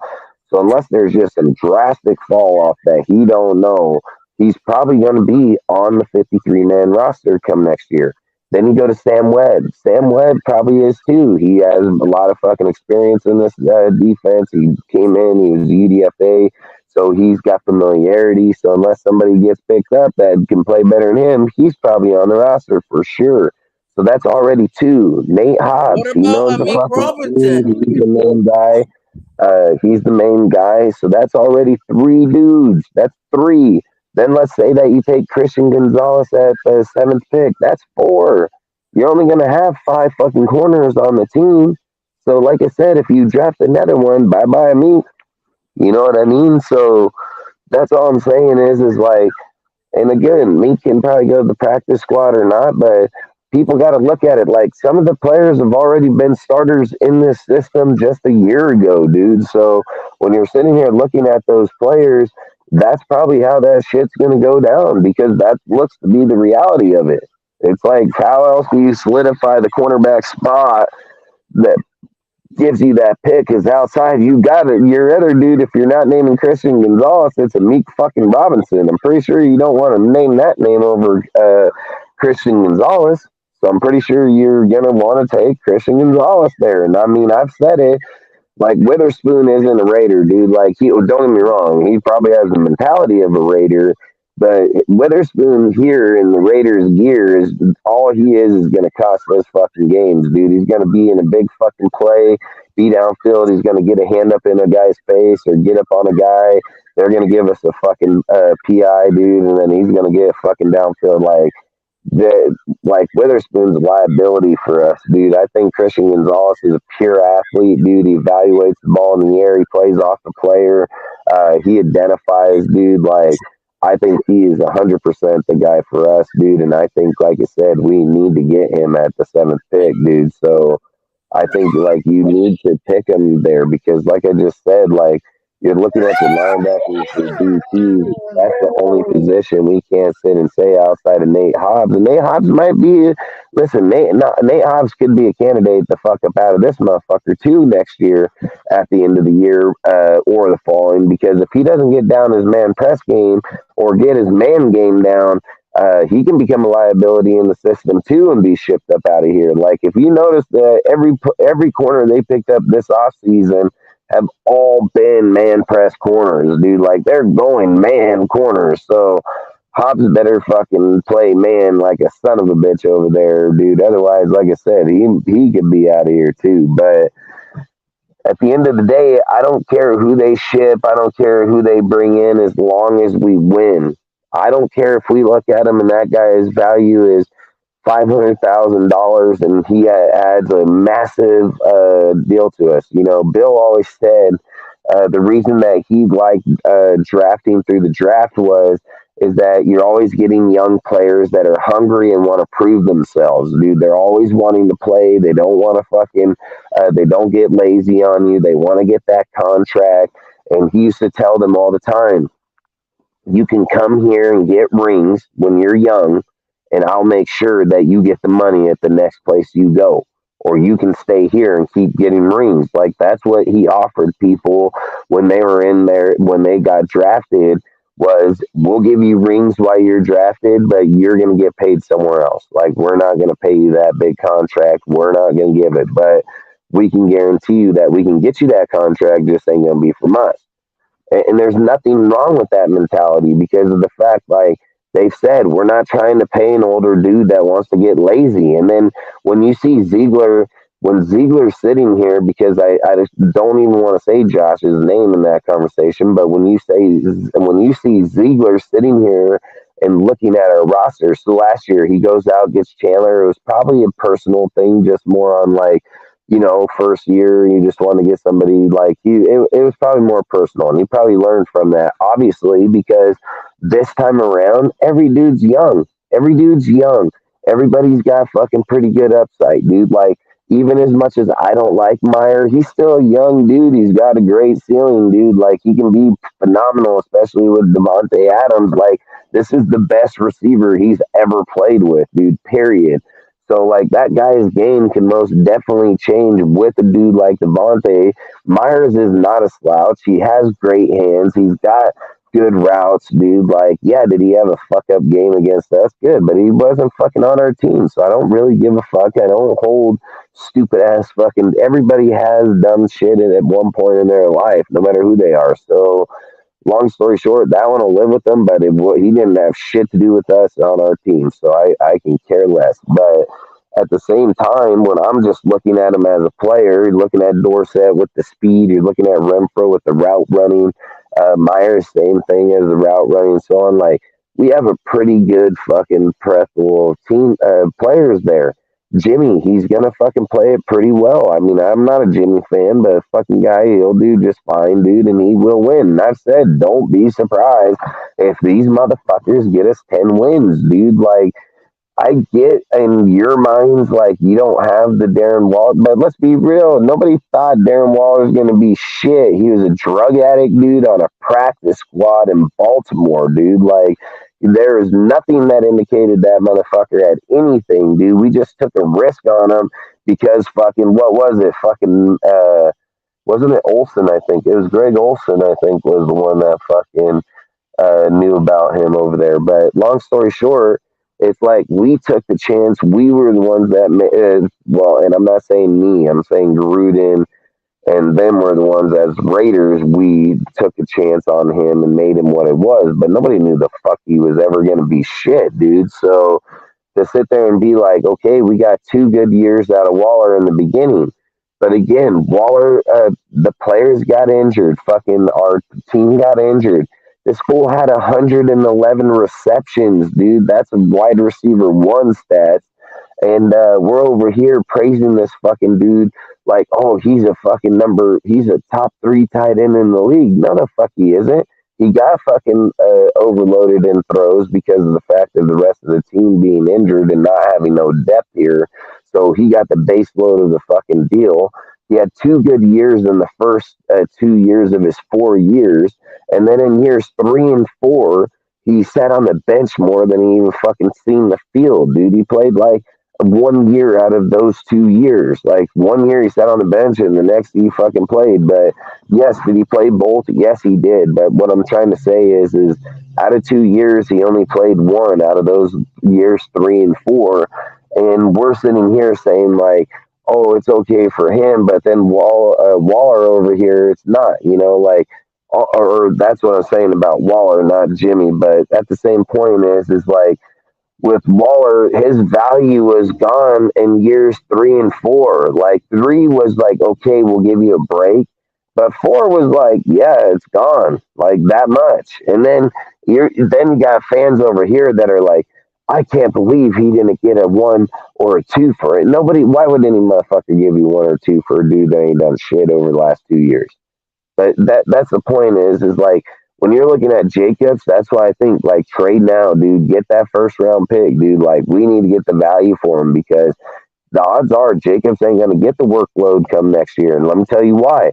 Because offensive players aren't fucking injured, and if they stay healthy, which these dudes that are up there have already proven that they can stay healthy, that they're probably going to be out there all year long. So Jacobs ain't going to be getting the ball that many fucking times because there's a lot more halfbacks and receivers out there now. Like that's all I'm saying. Like the reason that the stats are what they were last year is just no receivers, and Josh was going to run the ball regardless. But regardless of what halfback back there, because he didn't want to give the fucking ball to nobody else, dude. But that's not going to be the results every year. We do that, we're going to lose every year. Every year Josh does that, we're going to fucking lose because that's not what winning teams do, dude. Like winning teams, I've always said, dude, like you could always say, like if you're taking D-Hops and Adams, right? Like the thing that D-Hops gives us a fucking value at, then even way over Waller, because Waller never did this at a level like D-Hops. But D-Hops is one of the best red zone reception players in all of football. So if you're telling me like D-Hop's in the end zone, dude, to fucking score touchdowns, and that's what we're trying to do. Like I've even said this, like Carr scored more touchdowns in 15 games on less yards than he did with Gruden, 4,800 yards, 23 fucking touchdowns. Under Josh, he had 35 fucking 100 yards with 24 touchdowns, minus 2 games. Like he got more production and less yards, you know. So if you're sitting here looking at Jimmy and the type of players and the scheme that we are in, like this is the thing. At 4,000 yards in Josh's system, I can see us upwards of 30, 35 touchdowns. You know what I mean? Like that's the thing. Like their touchdown perception is going to be up. If their touchdowns are up, that means we're winning most definitely. Like so, that's all I'm saying is like you're going from a quarterback that's been averaging, let's just say he's averaged 23 to 26 touchdowns maybe over the last few years. And then let's just say Jimmy comes out and pops off 30, 35 with D-Hops and Adams, dude, because when you're down there in the red zone, boy, that's going to be a fucking nightmare. I don't give a fuck who you are, dude.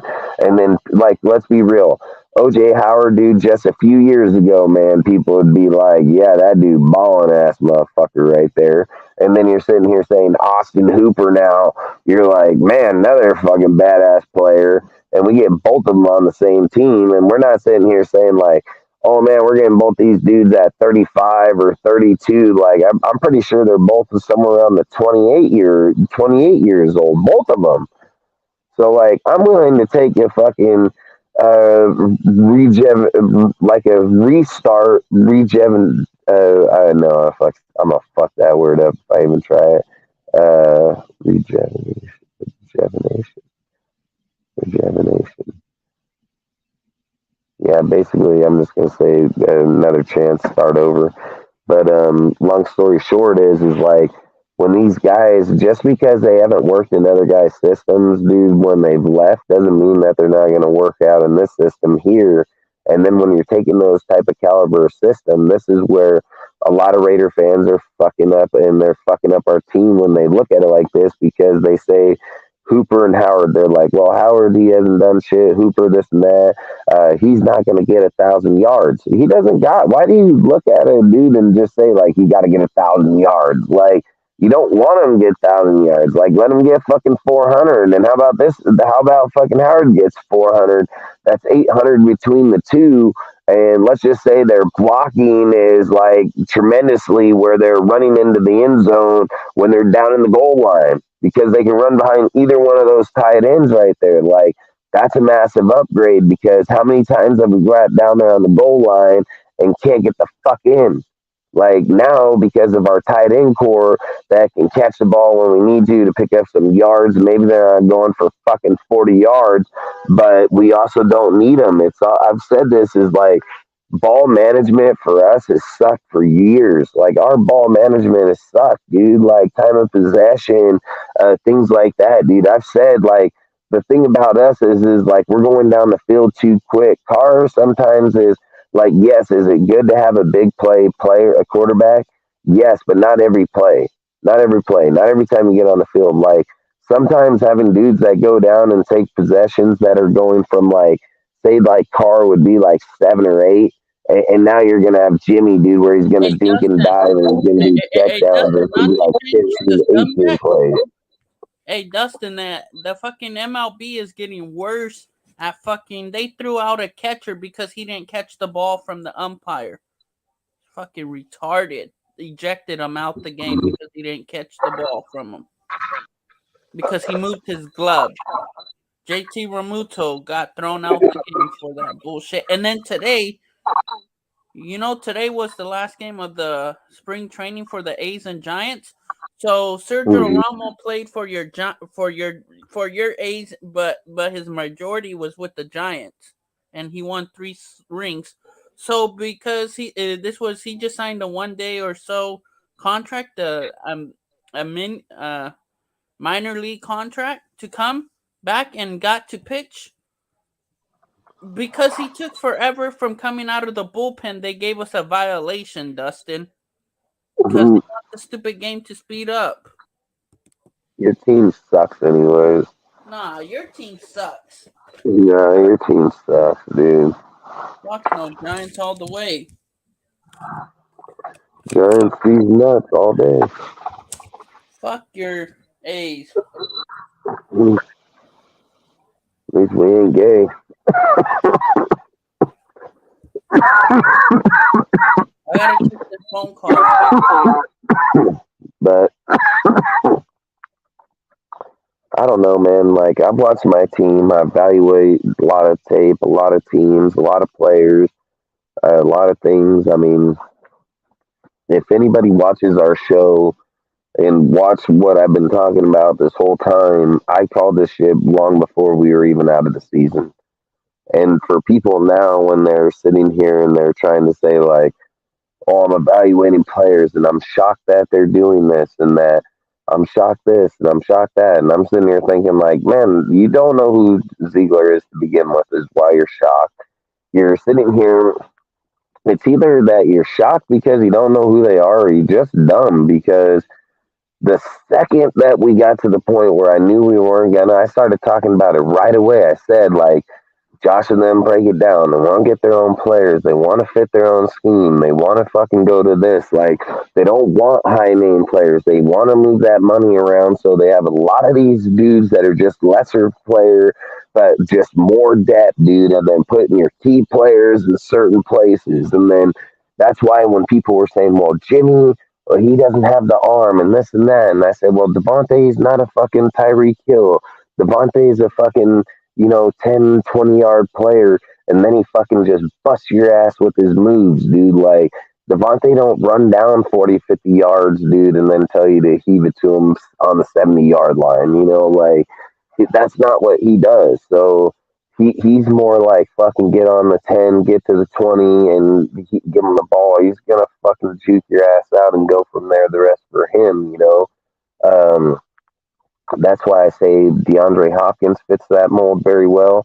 But at the end of the day, man, let's just be real, dude. Like, yes, Mark doesn't know what he's doing. He's a fucking dipshit, dude. Like, there's no fucking doubt about it.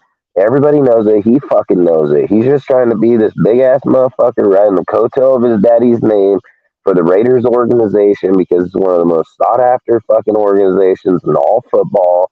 So he knows he has a fucking ace in the pocket, dude. He knows that he got there into Vegas. He knows it's one of the best fucking stadiums in all of football. So, like, Mark is riding it. But Mark's not fucking stupid. Mark knows that he's riding a very short line. He knows that Carol's old, dude. He knows that she's going to pass away. He knows that he has to pay the game tax on the fucking team. So, like, Mark is not stupid, dude. Like, people keep saying, like, well, why didn't he go with Sean Payton? You don't think he didn't fucking have, you think that Mark didn't know that? You don't think that Mark thought about that? You don't think that Mark was like, man, let's go get Sean Payton and fucking continue what Gruden was doing because this is the play? No, fuck no. Mark most definitely thought about that. But don't forget that when the time of all this was going on, when we hired Josh and Ziegler, the NFL hired a team and gave them to Mark, dude, to be able to hire coaching staff and the owners, or the management for the next fucking hire for the Raiders. So it wasn't just Mark that wanted to hire Ziegler and Josh. And then let's be real, in the overhaul, at the end of the day, we're just hoping that because Sean Payton ran that same offense, that same type of spread offense, like where you're going to have Waller and the players that we had. So, yeah, he would have made more sense as a coach to run that team. But maybe as a whole organization, the GM as a whole, how you're going to switch around the whole team, they were like, no. We need Ziegler come in here, break down the contracts, break down everything. Salute, Robert. Appreciate you showing up, bro. Break down the contracts, break down all these players, evaluate players. Like, that's why do you think Marcel Reese was fucking 86th up out of this motherfucker, dude? Like, Marcel Reese was fucking Mark Davis's side mate, bro. Like, that was a dude that was that was a secondhand man, dude, for a long time, dude, chilling with him. That's his best dude. Fucking all of a sudden just becomes VP up there, dude, out of nowhere. Out there, then bam, here comes Ziegler, dude. Like, Ziegler's up here, he's fucking running it. Listen, I bet you anything that he fucking told him, like, hey, man, like, this is how we're evaluating players. This is the way that we're scouting people. This is the way we see it. So I bet you when they got around to this year, he was like, hey, we need you to go scout players. We need you to, evaluate, because that's a very critical position that he's obviously in. And he fucking sends them out. He evaluates them. They come back, and he's like, we're not even on the same level here, dude. Like, Ziegler's got the power, bro. Like, Ziegler is like the fucking mob, bro. Like, he goes over to Mark. He tells Mark straight up, like, hey, we got to get rid of this fucking guy because he's not looking at the team the same way we are. We need dudes that see it like we see it, dude. Like, not just from one person, from every person. Cortez asks this, like, hey, man, when they take off, how is somebody going to sign a guy? How's he going to look at him? Because Ziegler is the fucking top of the mountain. He's the pyramid, bro. Like, he sits at the very top. And his vision goes all the way down through every single buddy down there. So when Ziegler sends you out to do your job, and he's already done a scouting report on this player, but you don't fucking know that. He sends you out to re-scout that fucking player. You come back, and then he reads your scouting report or how you tell it to him, and you're just way the fuck off. You're probably not going to be part of the team. But if you come back and you're on that deal and your vision is somewhere right on the path of ours, he's like, okay, I can deal with you, because now I just got to say where you look at this and I don't, we can fix that. But fucking at least out of 3 out of the 5 of these, you were on the same way I'm seeing it. So you're looking pretty much same vision I am already.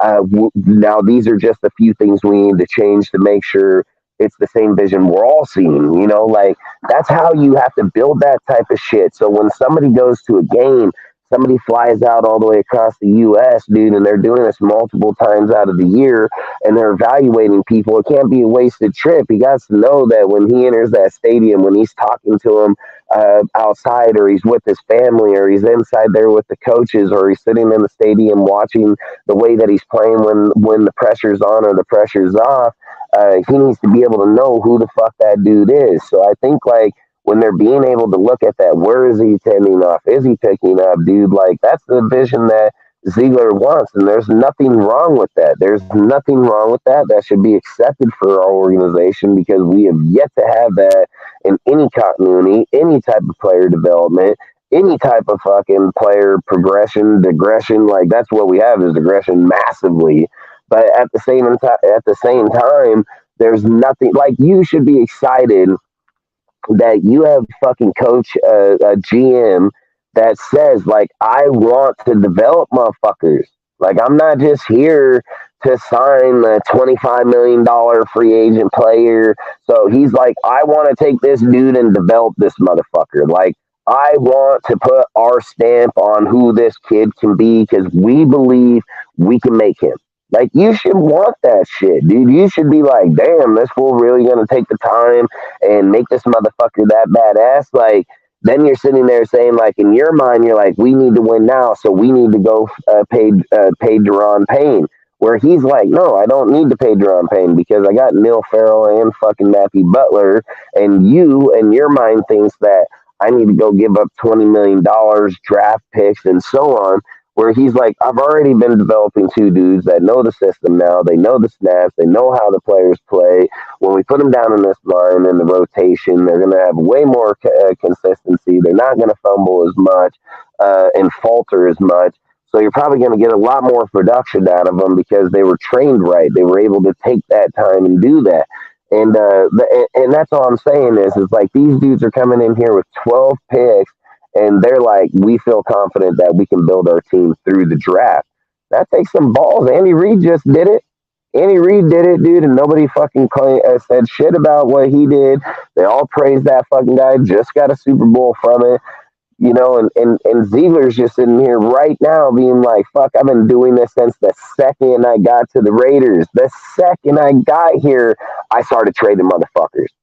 And straight started pulling moves, dude. Like, I use Stenham because I felt like he can probably train Derek the fastest. Like I said, their goal from the very beginning was not to tank. That's not what the goal was, dude. Because the records by the Chiefs game, everybody's records were still where we were still right inside the top 5, top 10 in draft picks, and that was just in the beginning of the season. So at that Chiefs game, I've said that was the turning point of the whole entire season right there. We knew we were their plan was to fucking try to tank it. That's why they were so pissed off in that Seahawks game.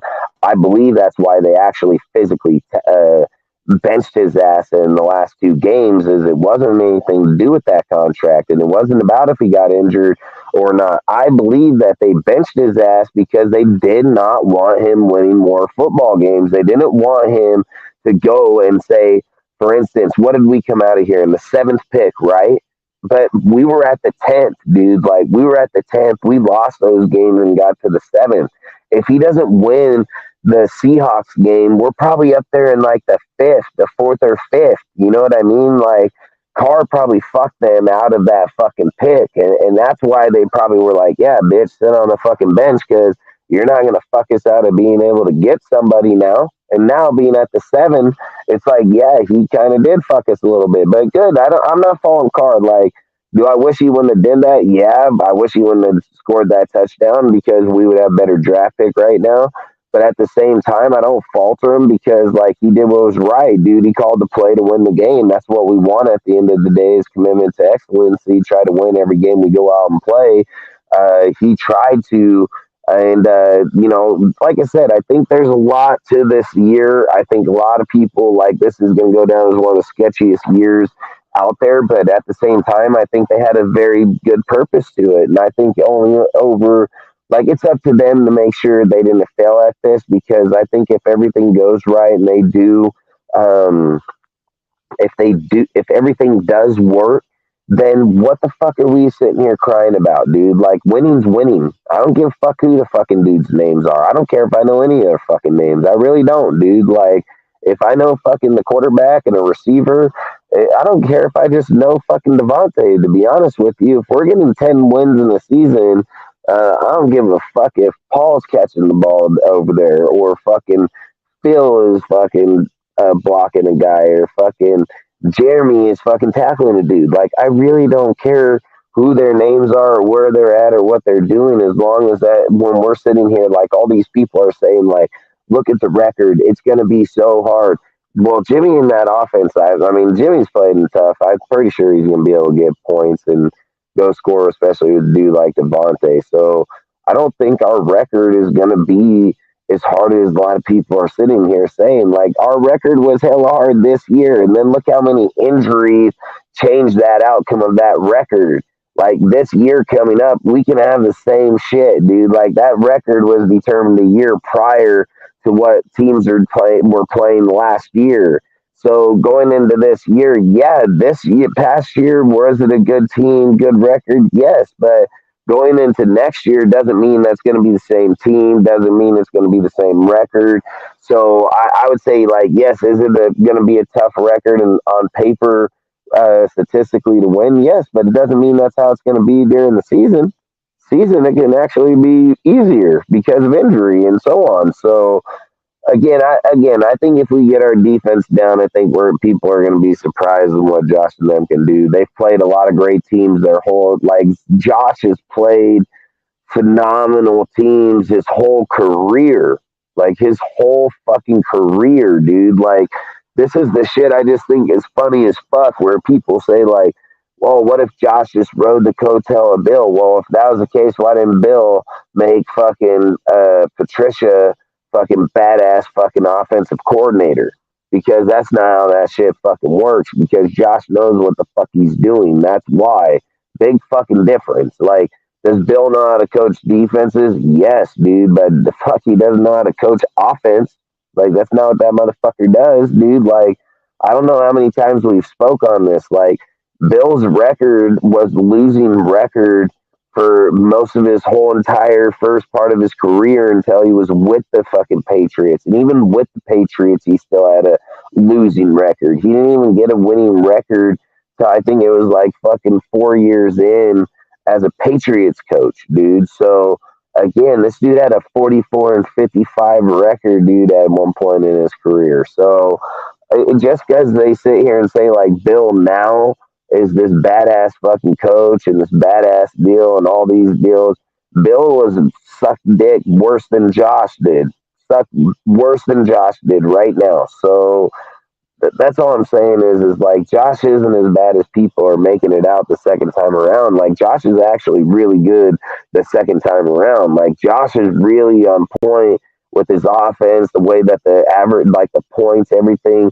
Like even when we didn't have Waller and Renfro, dude, like he had fucking Hollins playing at a really high level, dude. Like he had our team playing really good, dude. We were averaging 27.2 points, third best scoring offense in all of football going into that Saints game, dude. That's why I say this shit's rigged, because we were losing games. We were the third ranked offense at 27.3, dude, and then we get shut out in that game. Don't even get anything in that game. So I sometimes feel like they rig shit because something's so far offset, dude. Like they want to equalize it to where it does, like that. For instance, if you are script writing it or you are tanking shit, like how do you explain that you're the third best offense, but you're the fucking only got 3 wins? You know what I mean? Like how do you explain that shit? So that's all I'm saying is like Josh knows what he's fucking doing. It's like we just got to get more continuity on both sides, like offense, defense. We need more continuity. We need to stay more together. But the bigger problem is the defense. 100%, dude. 100%. Like we need to have that bitch up in like a fucking top 15 defense, dude. Like you tell me if we got this defense to 20, just give it a top 20 defense with Jimmy and that offense, that we ain't going to the playoffs. Yeah, we are. Yeah, the fuck we are. Like we are going to the playoffs, dude. Like we are going to fucking win. Like straight the fuck up. And if this defense is ranked 32nd next year, Jimmy ain't winning shit. Jimmy ain't winning jack shit. And I don't give a fuck, dude. So, but let me tell you what, if that defense is fucking 20th, fucking 15th, like, whew, we're most definitely fucking going playoffs. Don't know if we'll go Super Bowl, but we're most definitely going playoffs, dude. And Jimmy will get us a win in the playoffs. So, I don't know, man. I'm just going to say it like this. At the end of the day, I have 100% faith in Josh and Ziegler. I'm not going to eat my words. I fucking guarantee it, dude. Like, I guarantee it. So, at the end of the day, when we do get our shit together and our team does start winning and we do go out there and prove to be a better, consistent overall team in 2 years of fucking Josh and Ziegler, or 3 years, which Gruden, it took him fucking 4 and still wasn't even winning. And we still only won 1 year out of them anyways. But long story short, I think we got 2 actually. But long story short is like, if they go out here and show that we can be more consistent in winning year in and year out, I'm not going to be over here saying like, oh yeah, I switch and bullshit. No, I said that shit from day one. I say, keep those fucking receipts, keep that energy, because they do, man, and they are going to make it. And it may not be your how you feel about it, dude, but it is good picks and it is good way to go about it. So at the end of the day, man, just give them a chance to get through this season, just get to the start of the season. Like, let's start there.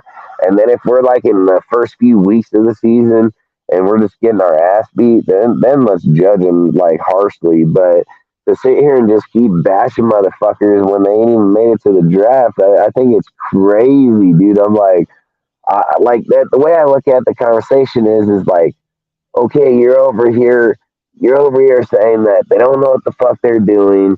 They can't fix the team because look at the defense, and they can't do this because of this, and they ain't even got to the point where they can fix it. Like, that's what I'm not understanding. Like, I'm like, they ain't even got to that point. They got fucking 12 picks to fix that.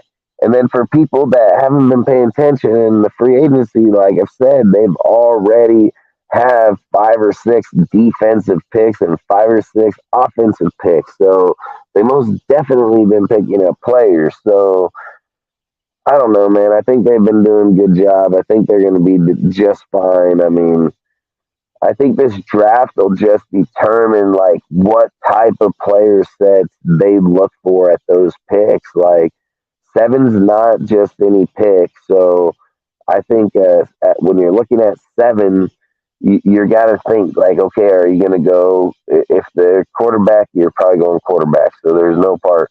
But what I would kind of more look at is the positional need. Like what I would say is like, okay, if we're at 7 and let's just say that you have Tyree Wilson on the board and you have Christian Gonzalez, right? And let's just say no quarterback, no nut. So like those aren't even needs. Like, are you taking Tyree Wilson or are you taking Christian Gonzalez? Where I think that's going to be a big deal for me looking at a GM, because I know what most people would want. I know most people would want Tyree Wilson opposite side of Max to take out Chandler and give that true line presence to bring that pressure off the line. Well, I've always said, man, does pressure get sacks and does pressure get people out? Yeah, but fucking pressure can be beat. Like, you can beat pressure, dude. Like, if Andy Reid knows that you're just going to keep bringing your DNs on them because you're beating those dudes, he's just going to slant route your ass. He's just going to drag route your ass. He's just going to fucking, he'll just fucking screen you out here on the fucking left side. Like, there are a lot of ways to be able to get fucking halfback pitch on the outside. There's a fucking sit there and just wait till he comes in and then dump it right over the other side to the fucking halfback and let him take off. You know what I mean? Like, there's a lot of ways around pressure. So, like, if you're just asking me when you're looking at it, dude, and you're like, okay, Tyree Wilson over there with him, I'm just telling you, Christian Gonzalez, when you look at the cornerback position for the Raiders, we do not have a solidified one. And even if we were to get Lockett back, what if he only wants a 1 year, fucking wants to prove, like, we don't have a guy. You get Christian at 7, like, you're like 5 years.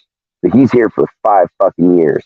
And then let's say that this fool balls out over here like sauce, but I'm not saying to his level, but I'm just saying, like, has a good year, like up to somewhere around there. And that's our guy.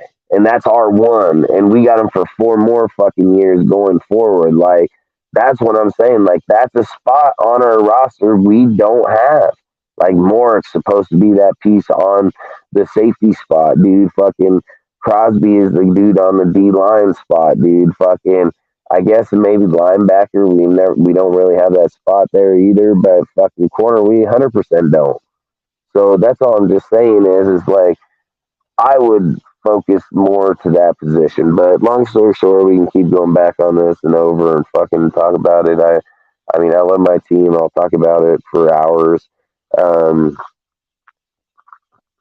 I said I believe in what they're doing. I'm not gonna say they haven't done anything yet where I'm just like, man, he's got, what the fuck is that, or what the fuck? Like, Gruden did it all the time. Mayock did it all the time, dude, where you're like, why the fuck did you do that? But, and not only that, the signings, a lot of the signings, dude, in free agency, things of those factors, dude, like, a lot of their signings, these dudes are like seeking after people, one, that come from systems that have success rate massively, and then not only that, from very successful teams. So I don't know. I think they're being smart about what they're doing, about the players that they're looking at. I mean, look at Carter, dude. I mean, that dude's actually really good special teams player.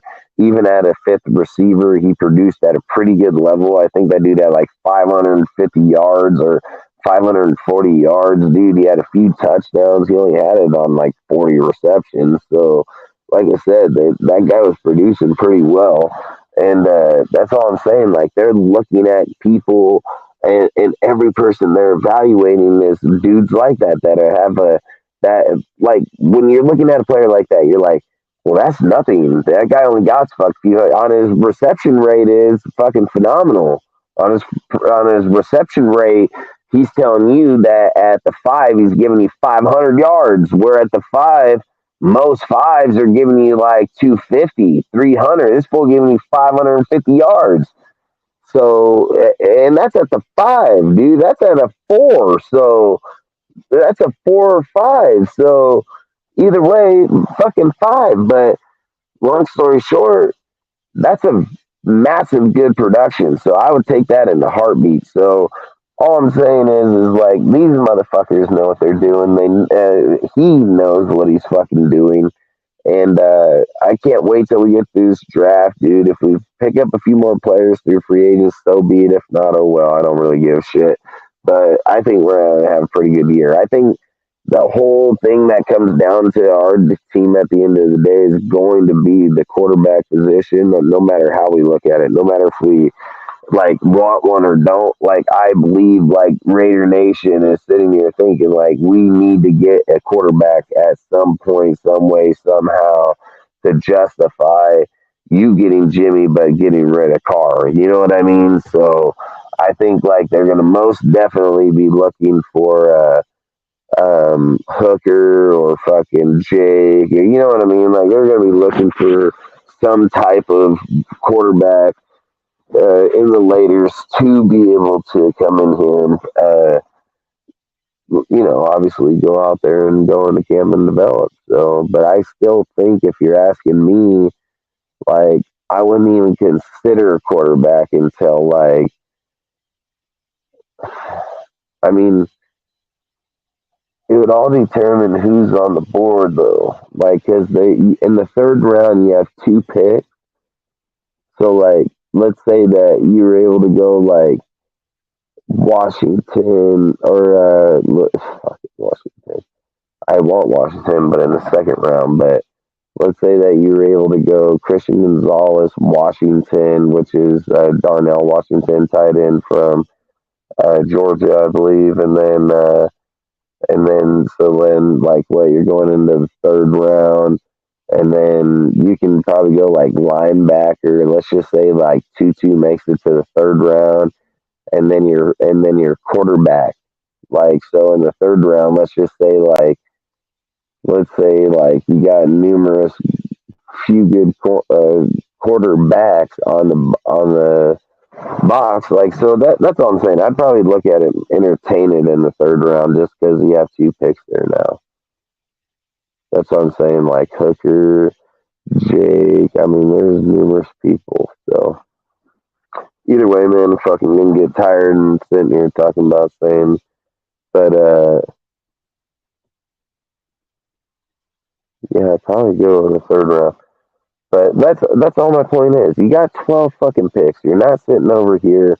We're not sitting over here, thinking like, okay, we only got 7 picks, dude, in 7 rounds, and we're going to be late picks. We're the 7th pick in every single round.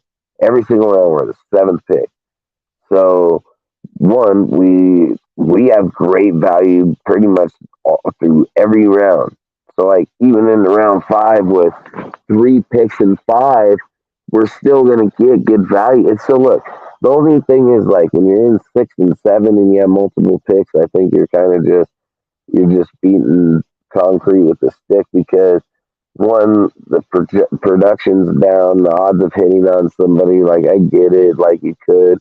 I'd probably just take one player in those and try to trade those picks for next year or something. But I just think, like, for me, when you're in those rounds, like, 5 is probably like where I'd want to end the draft. Like, if it was me, I don't want to go to 6 and 7. Like, and I get it. Like, people will say, well, you can get Brady and you can have yeah, the odds of that is flip the fucking zip. So, did they all hit on one or so? Yeah, fucking 2 times in fucking the history of football. So I'm good on those fucking stats, dude. So if I'm a betting motherfucker, I'm just betting like, yeah, that shit ain't happening. So for me, I'm a bet on what does happen the most and what's most common and shit. I'm gonna say trade that shit off. Let's end in the 5th round, figure out what our best player evaluation is here, and go from there. Because even if you can trade up and get like, what is this? So what do we have? Fucking 4 picks in the top 100, which is the 3rd round. But I mean, fuck, let's trade up for a fucking third round. You know what I mean? Like, I'd rather have the value in the 3rd round, 3rd, 4th, and 5th, and then fucking 6th and 7th any day of the week. So, but I know it'll come down to like salary. It'll come down to contracts when you start doing shit like that. So I don't think you'll want to do that anyways, because you don't want to have too many dudes up in the draft with high numbers, because if you do that, then you're going to be paying out a lot of motherfuckers a lot of money. So I think you want players spread out on their contracts, so then you're not just like, for instance, like what I mean by it is like, say everybody that you have is in the 3rd and 5th round, or let's just say in the rounds 1, 2, and 3, and you got 10 fucking picks. Like, you're gonna be a broke ass organization, like massively. You'll be broke as fuck because you'll be paying every dude like 3-4 million. Yeah, it's not gonna happen. But either way, fucking, I just ramble on. So, what do you guys doing? What you doing? All right, fucking yapping football. Fucking thinking about shutting down, go home. I've been Yeah, pumping like poor He's gay over there. Fucking, who knows what he's doing? Watching baseball. That's what he's doing. yeah. Hey, Dustin, I didn't get a chance to hear your response to my question about ranking the AFC West QBs. What was your ranking? Ooh, ranking the AFC West QBs. Yeah, like all the Well, I mean, QBs. fuck, if I was sitting here just thinking,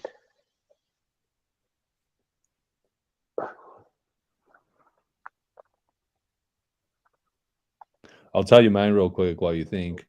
I'm thinking Mahomes number 1, right? I think we agree on that. I would say Herbert Russell, Garoppolo. Yeah, so I think Garoppolo and Russell might be kind of. I think it's a flip between them. I think it might be a flip, but I think Russell's Sean. the winningest quarterback in the history of his time span.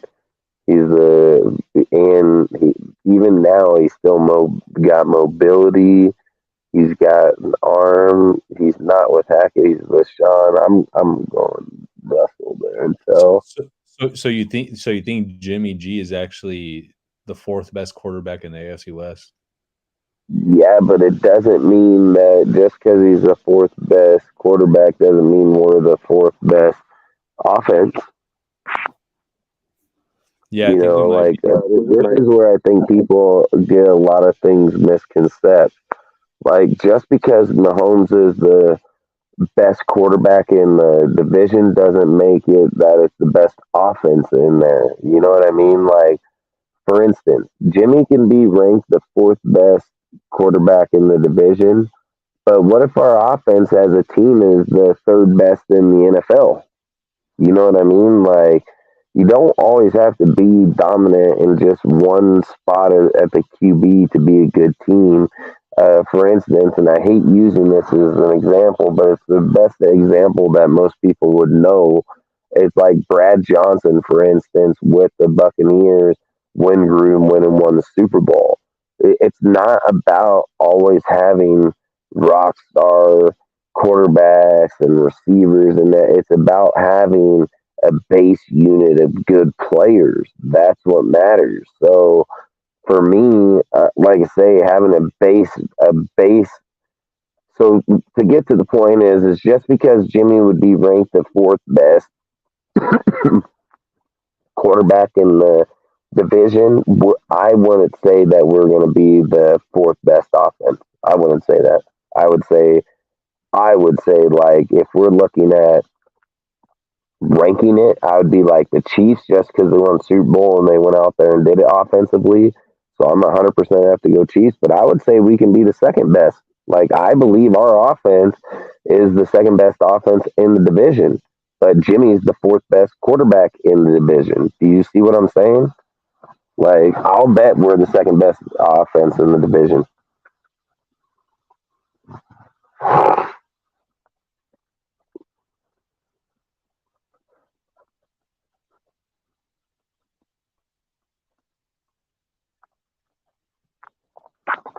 But that's what I think. I mean, just because a player quarterback's ranked somewhere down the board doesn't mean that we're going to be bad or that the team. That I think a lot of people just over analyze a stat, a position, a ranking. I think our team. I've said this a bunch of times. I think our team as a whole offensively is a way better assembled group than it's been. Period. Over the years, as a group, as a complete unit, this is the best one we've had. And like I said, yeah, Jimmy is not the best quarterback. Everybody knows that. But I think with the team and the way that he's going to play and things like that, the offense as a whole can be really fucking good. So for me, I'm going to say, for me, like I said, I think we're going to be fine offensively. I think it's defense, 100%. Look what he did. He's going to be fine. As long as Devontae fine, we're being just goddamn fine. So he don't need anybody else, obviously. But if Devontae's healthy and everybody else is healthy, we're even that much better. So either way, man, I mean, freaking, we can keep going over it because I've just said, like, I don't think we're as bad as people claim. I don't think Josh is as bad a coach as people claim because we've all sat and said that he threw games intentionally. We know they threw games intentionally. And then for him to be judged in the time of the Broncos and then here that's misleading massively. Nowhere even close. And then but then it makes me think is like the people really don't want a winning coach because when you look at the way like he's done in year one, he outproduced Gruden in year one, and people praise Gruden but fucking talk shit on Josh, but Josh has had a better year than Gruden did technically in year one. And then year two, what if he breaks it down? What if he has a faster success rate than Gruden did in year two? What if he actually wins in year two? So, I don't know, man. I just think too many people when it comes to sport are biased as fuck. Like, they're biased as fuck. That's why I don't really talk a lot of sports with a lot of people because I'm not biased, dude, because I want to know, like, when I'm having conversations with my friends, dude, like, I want to know their opinion, like, why they believe it, how they see it, like, I don't try to be biased at all, dude, because I think, like, it's the only way you can see how good your team is and how bad your team is. And then when you know that you're lacking and you can't just say we're the best and I'm the Raiders, like, you're never going to hear me say that shit. I'm going to say, like, yeah, we were badass and we are the fucking Raiders. But if we're winning and beating ass, like, then I'm going to talk that shit. But I'm not just going to talk that shit for someone to be like, oh, yeah, bitch, you only won fucking 3 games the last fucking year. Or, oh, yeah, you've only won fucking 4 games over the last 10, average. So that's all I'm saying is like, you can't fucking go out and falsify a stat line to fit a narrative that you talk. Any math, any statistics person is going to trump that shit in 2 seconds, dude, just like I do all the time in conversation. So long story short, I think they're going to do just fine. I think we're going to be just fine. I think we're going to be better than what most people think. And outside of that, I think we're going to hop up off here for the night. Unless you guys have anything you want to say, Cortez or Al.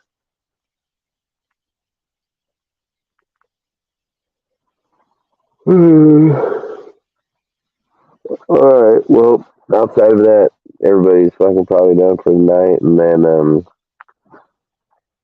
like I said, people are gonna be jocking jocking Ziegler here very soon, dude. They're gonna be dick riding this motherfucker. They're gonna be saying, "Oh yeah, I was saying this." Oh no, the fuck you guys weren't. No, the fuck you weren't. No, they didn't. Yeah, I got receipts for days. So outside of that, stay faithful because, dude, when you don't evaluate talent fairly, you can fire all the coaches you want, dude. You may have the guy already. You may have the guy all fucking ready, dude. You know, like, who was it that got all pissed off at us? It was wasn't it Shanahan when he went to the Bills or to the Broncos, right? Fucking, that's the thing is like, you don't want to fucking piss dudes off and pass on them because you just think like Bill didn't become a winning coach till he was with the Patriots. So that's all I'm saying is just remember where he was at that point, dude, where Josh is already ahead of the game. So either way, I think we're going to hop off. I hope you guys have a great night, dude. I appreciate you guys always showing up. Appreciate you all showing up. Appreciate supporting us, dude. Fucking being here week in, week out, 3 times a week for 2, 3, 4 hours every single time. Outside of that, man, thank you very much, dude. We'll see you here on Wednesday, 7 p.m. Eastern Pacific, 7 p.m. Pacific, 10 p.m. Eastern, and we'll see you out there, man. Stay safe. Don't drink and drive. If you do, man, fucking either sleep in your car or call an Uber, man, to come and get you. Outside of that, we'll talk to you on Wednesday night. Thank you, Al. Thank you, Cortez, for showing up. Jeff, Eric, frickin' Ray, everybody, every single person that comes out here, man. Appreciate you all. Have a great night. Peace out, man.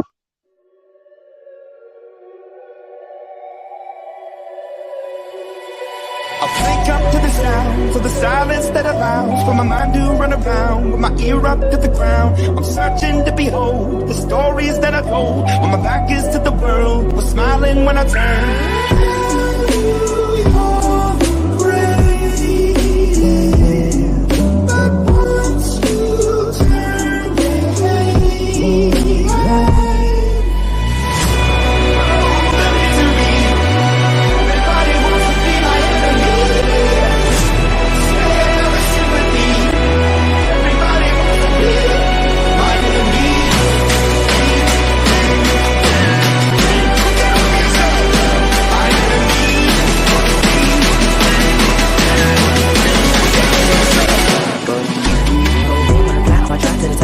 Thinking out the box, I'm an astronaut. I blasted off the planet, rock that caused catastrophe. And it matters more because I had it. Now I had a thought about wreaking havoc on an opposition. Kinda shocking, they want a static with position. I'm automatic, quarterback, I ain't talking shit.